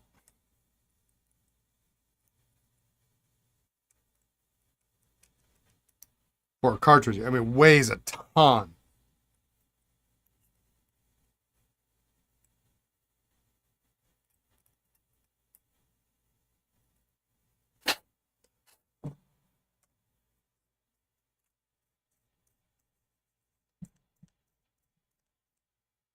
Which is it's too bad because it's a really good look. Really, really good looking pen.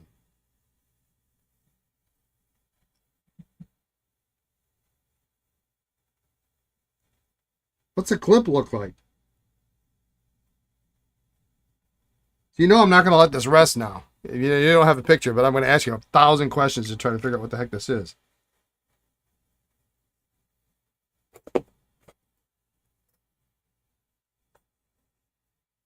Is it a later SM style clip? Kind of rounded, different font?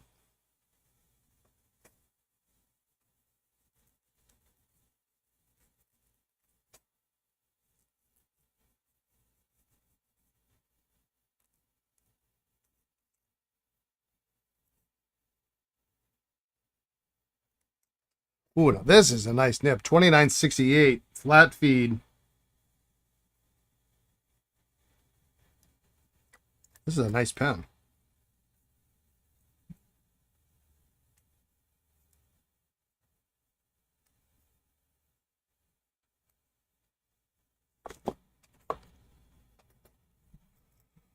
This one's upside down because it doesn't line up, but I don't actually care. Oh, well, it lines up with nicely with the imprint.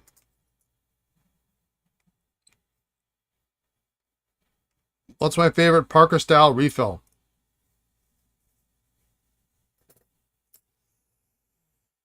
I'll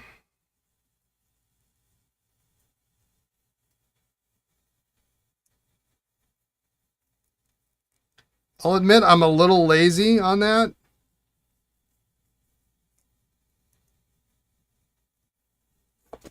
I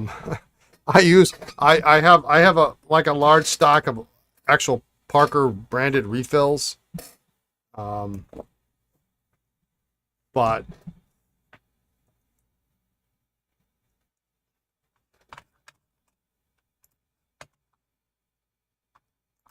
I do like some of the... Oh, okay.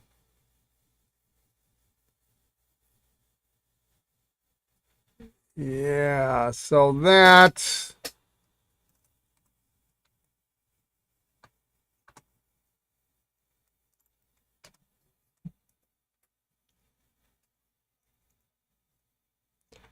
some of the Monteverdi gel refills I like.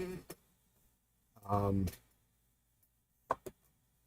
think they're nice. They don't always play well with the paper and stuff that I use, so I have a tendency to stick with the Parker branded refills because it just, you know, I'm writing on like NCR coated paper. The Quink Flow is the ones that I use. Yeah, yeah. I admittedly I don't like them, but they don't smear. You know, and I'm writing on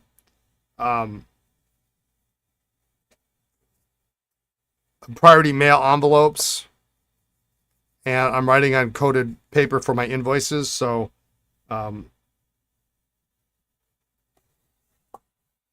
it works. It's not my favorite thing in the world, but it works. Like I have a DuPont ballpoint. It's a great refill. It writes great. It's just awesome. It writes like a roller ball. Except it's horrible on everything that I use it on. You know, if I wasn't doing my job, I would, you know, I would use it, but I can't use it. It just, you know, I write something and it's still wet like 5-10 seconds later. Easy Flow 9000 in blue is just perfection if you haven't tried. Yeah. It's probably too wet.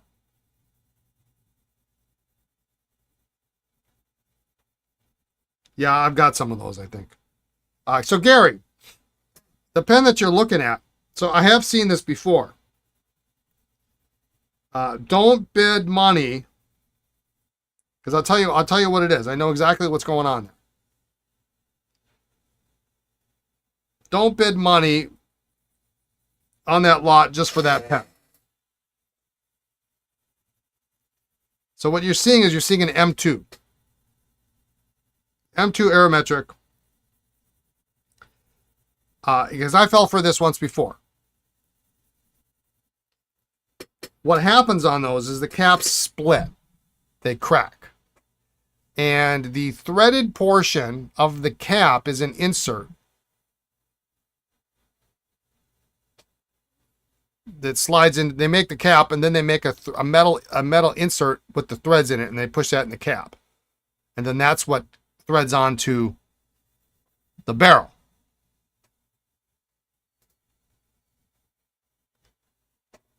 So what happens is those caps crack and people pull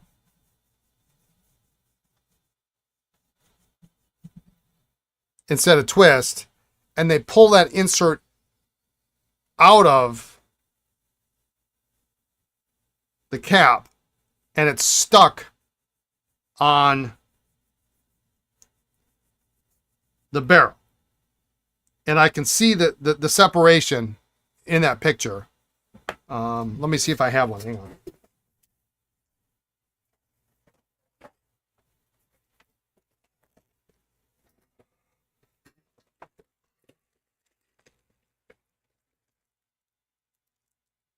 Yeah, I think I got one here.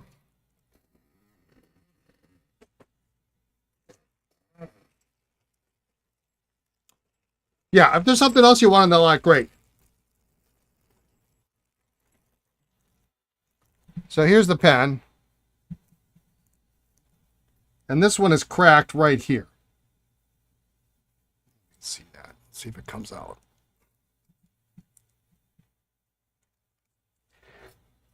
Well, that one didn't come out. Let's see. Oh, well, here's...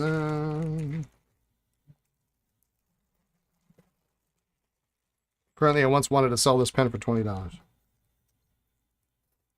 That's okay.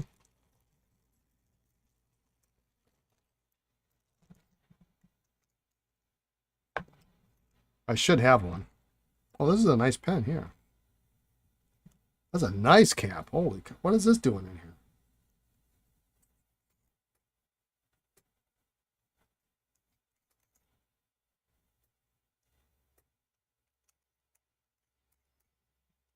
$96.68 nib? What's wrong with this pen? Cap is perfect. Clip is tight. Thanks, Gary. I'm going to sell that pen now.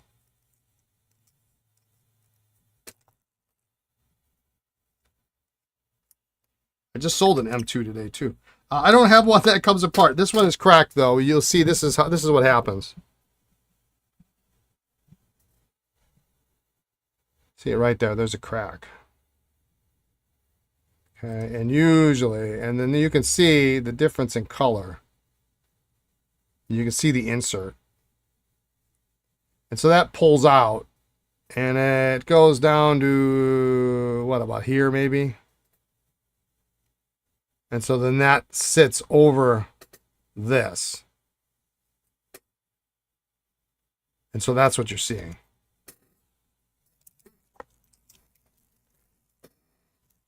I thought I had one that had come apart because I know I bought one like that once.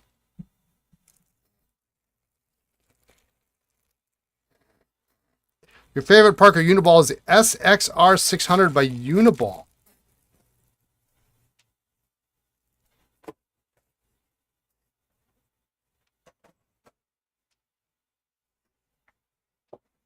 I'm not familiar with that refill. I'll have to check with my supplier.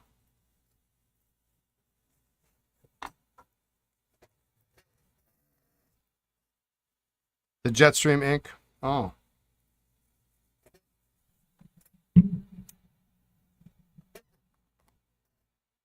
Mm.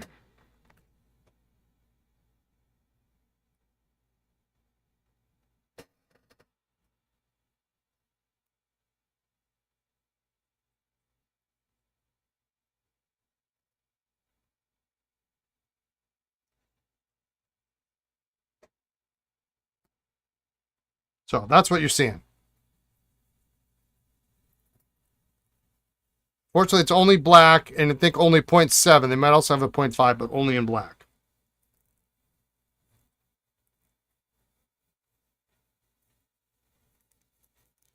Yeah, I do like a blue ballpoint ink. I think that's kind of nice. A little something different.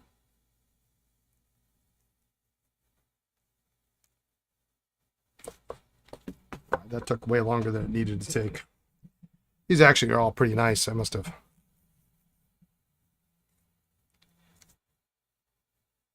cleaned these at some point.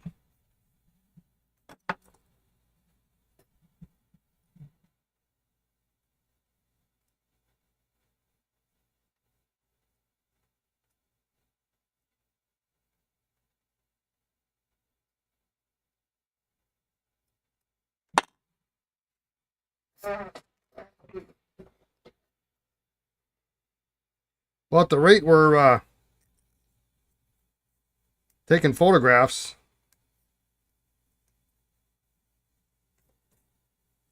we may get this website done in no time. If I just keep saying 6 months, I'll eventually hit that mark.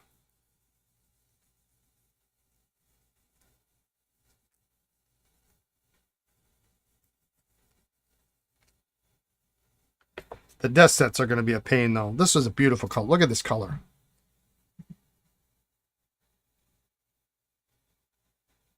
It's so hot in here that my phone, which I put on the charger while I stream, is too hot to charge. Polish that.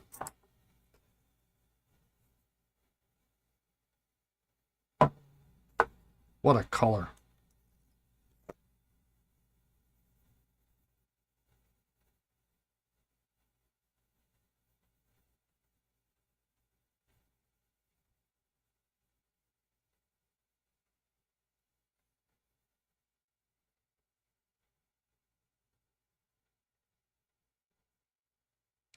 Yeah, I actually use I use ballpoints more than fountain pens these days. Just because of what I do.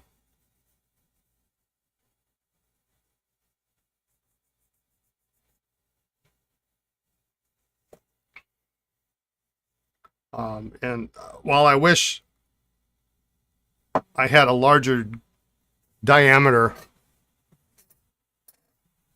cross, I don't. I use a cross almost exclusively, which I know is like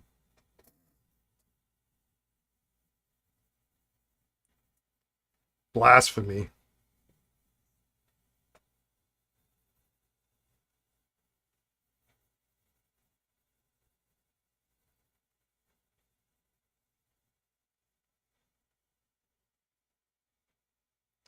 But they work. I've got one that says I love my cat. So, I mean, I got it at an estate sale. It's cute. And it's cute because it lines up perfectly with the imprint on the barrel, whether it's recessed or extended.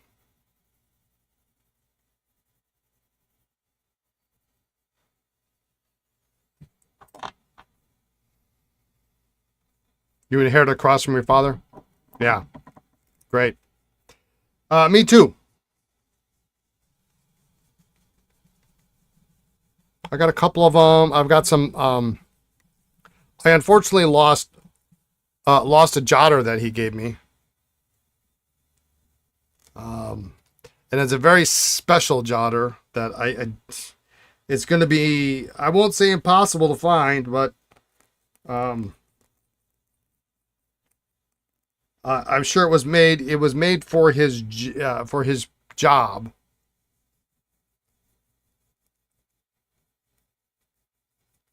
And it's going to be really tough to find one. I'm sure they were, because they had an emblem on the clip.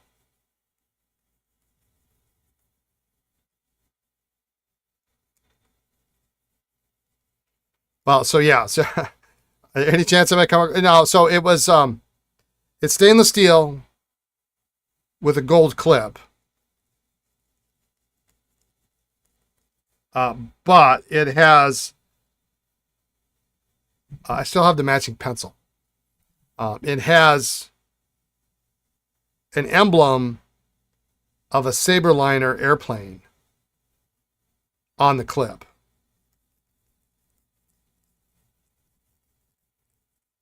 I mean, they made more than one set, for sure, but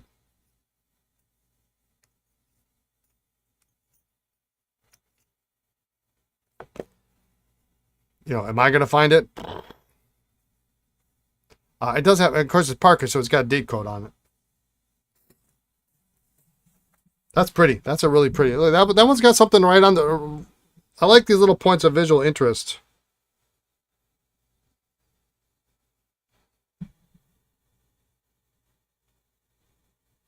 Nice barrel.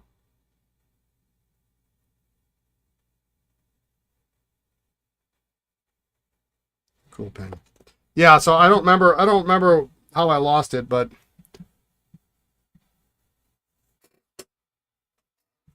yeah, that's a nice looking Esterbrook, isn't it? None of these are for sale though. In case anybody's jumping in late on this one.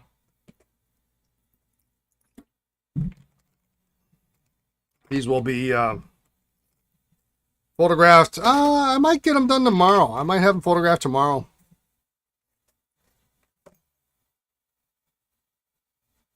I don't know how many more pictures I have left to photograph, but a lot of the early stuff. A lot of the early stuff has been photographed now, so we're which is good. Which leaves kind of the unexciting stuff, the late, M2s and Safaris I kind of like. Weird late model ballpoints and things like that. And then desk sets, which is truly no small feat to photograph. Because there'll be every desk set, and then there are some unique pens that go with those sets that aren't otherwise, that won't otherwise be photographed. So, yeah, 6 months. That's 26 weeks.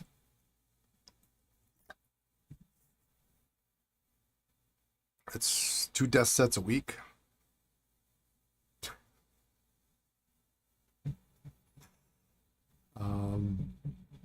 Yeah. So anyway, well, it is 4:09. I've accomplished essentially what I want to accomplish for today. My phone is too hot to charge. The fans are going off on my computer. I have half a bottle of water left, and ink samples aren't going to sample themselves. So I think I'm going to call it a day. At least with that, I've got a fan out in the other area I can sit in front of. Finish the rest of yesterday's Volta and start on today's. And tomorrow, what have we got tomorrow? Thanks for the stream. Yeah, it was a good time. Yeah, I appreciate you being here. I really do. It's been hard. Fuzzy, have a good day. Yep. Stay cool. Thank you. It's been hard to get back into the swing of things, and y'all turning out has definitely been a help. So I need a beer. I'm out of beer, and I'm not gonna. Yeah, I have to go get some beer, I guess. Stay cool and hard. Yeah. Carmel Vineyard, thanks for showing up. I really appreciate it.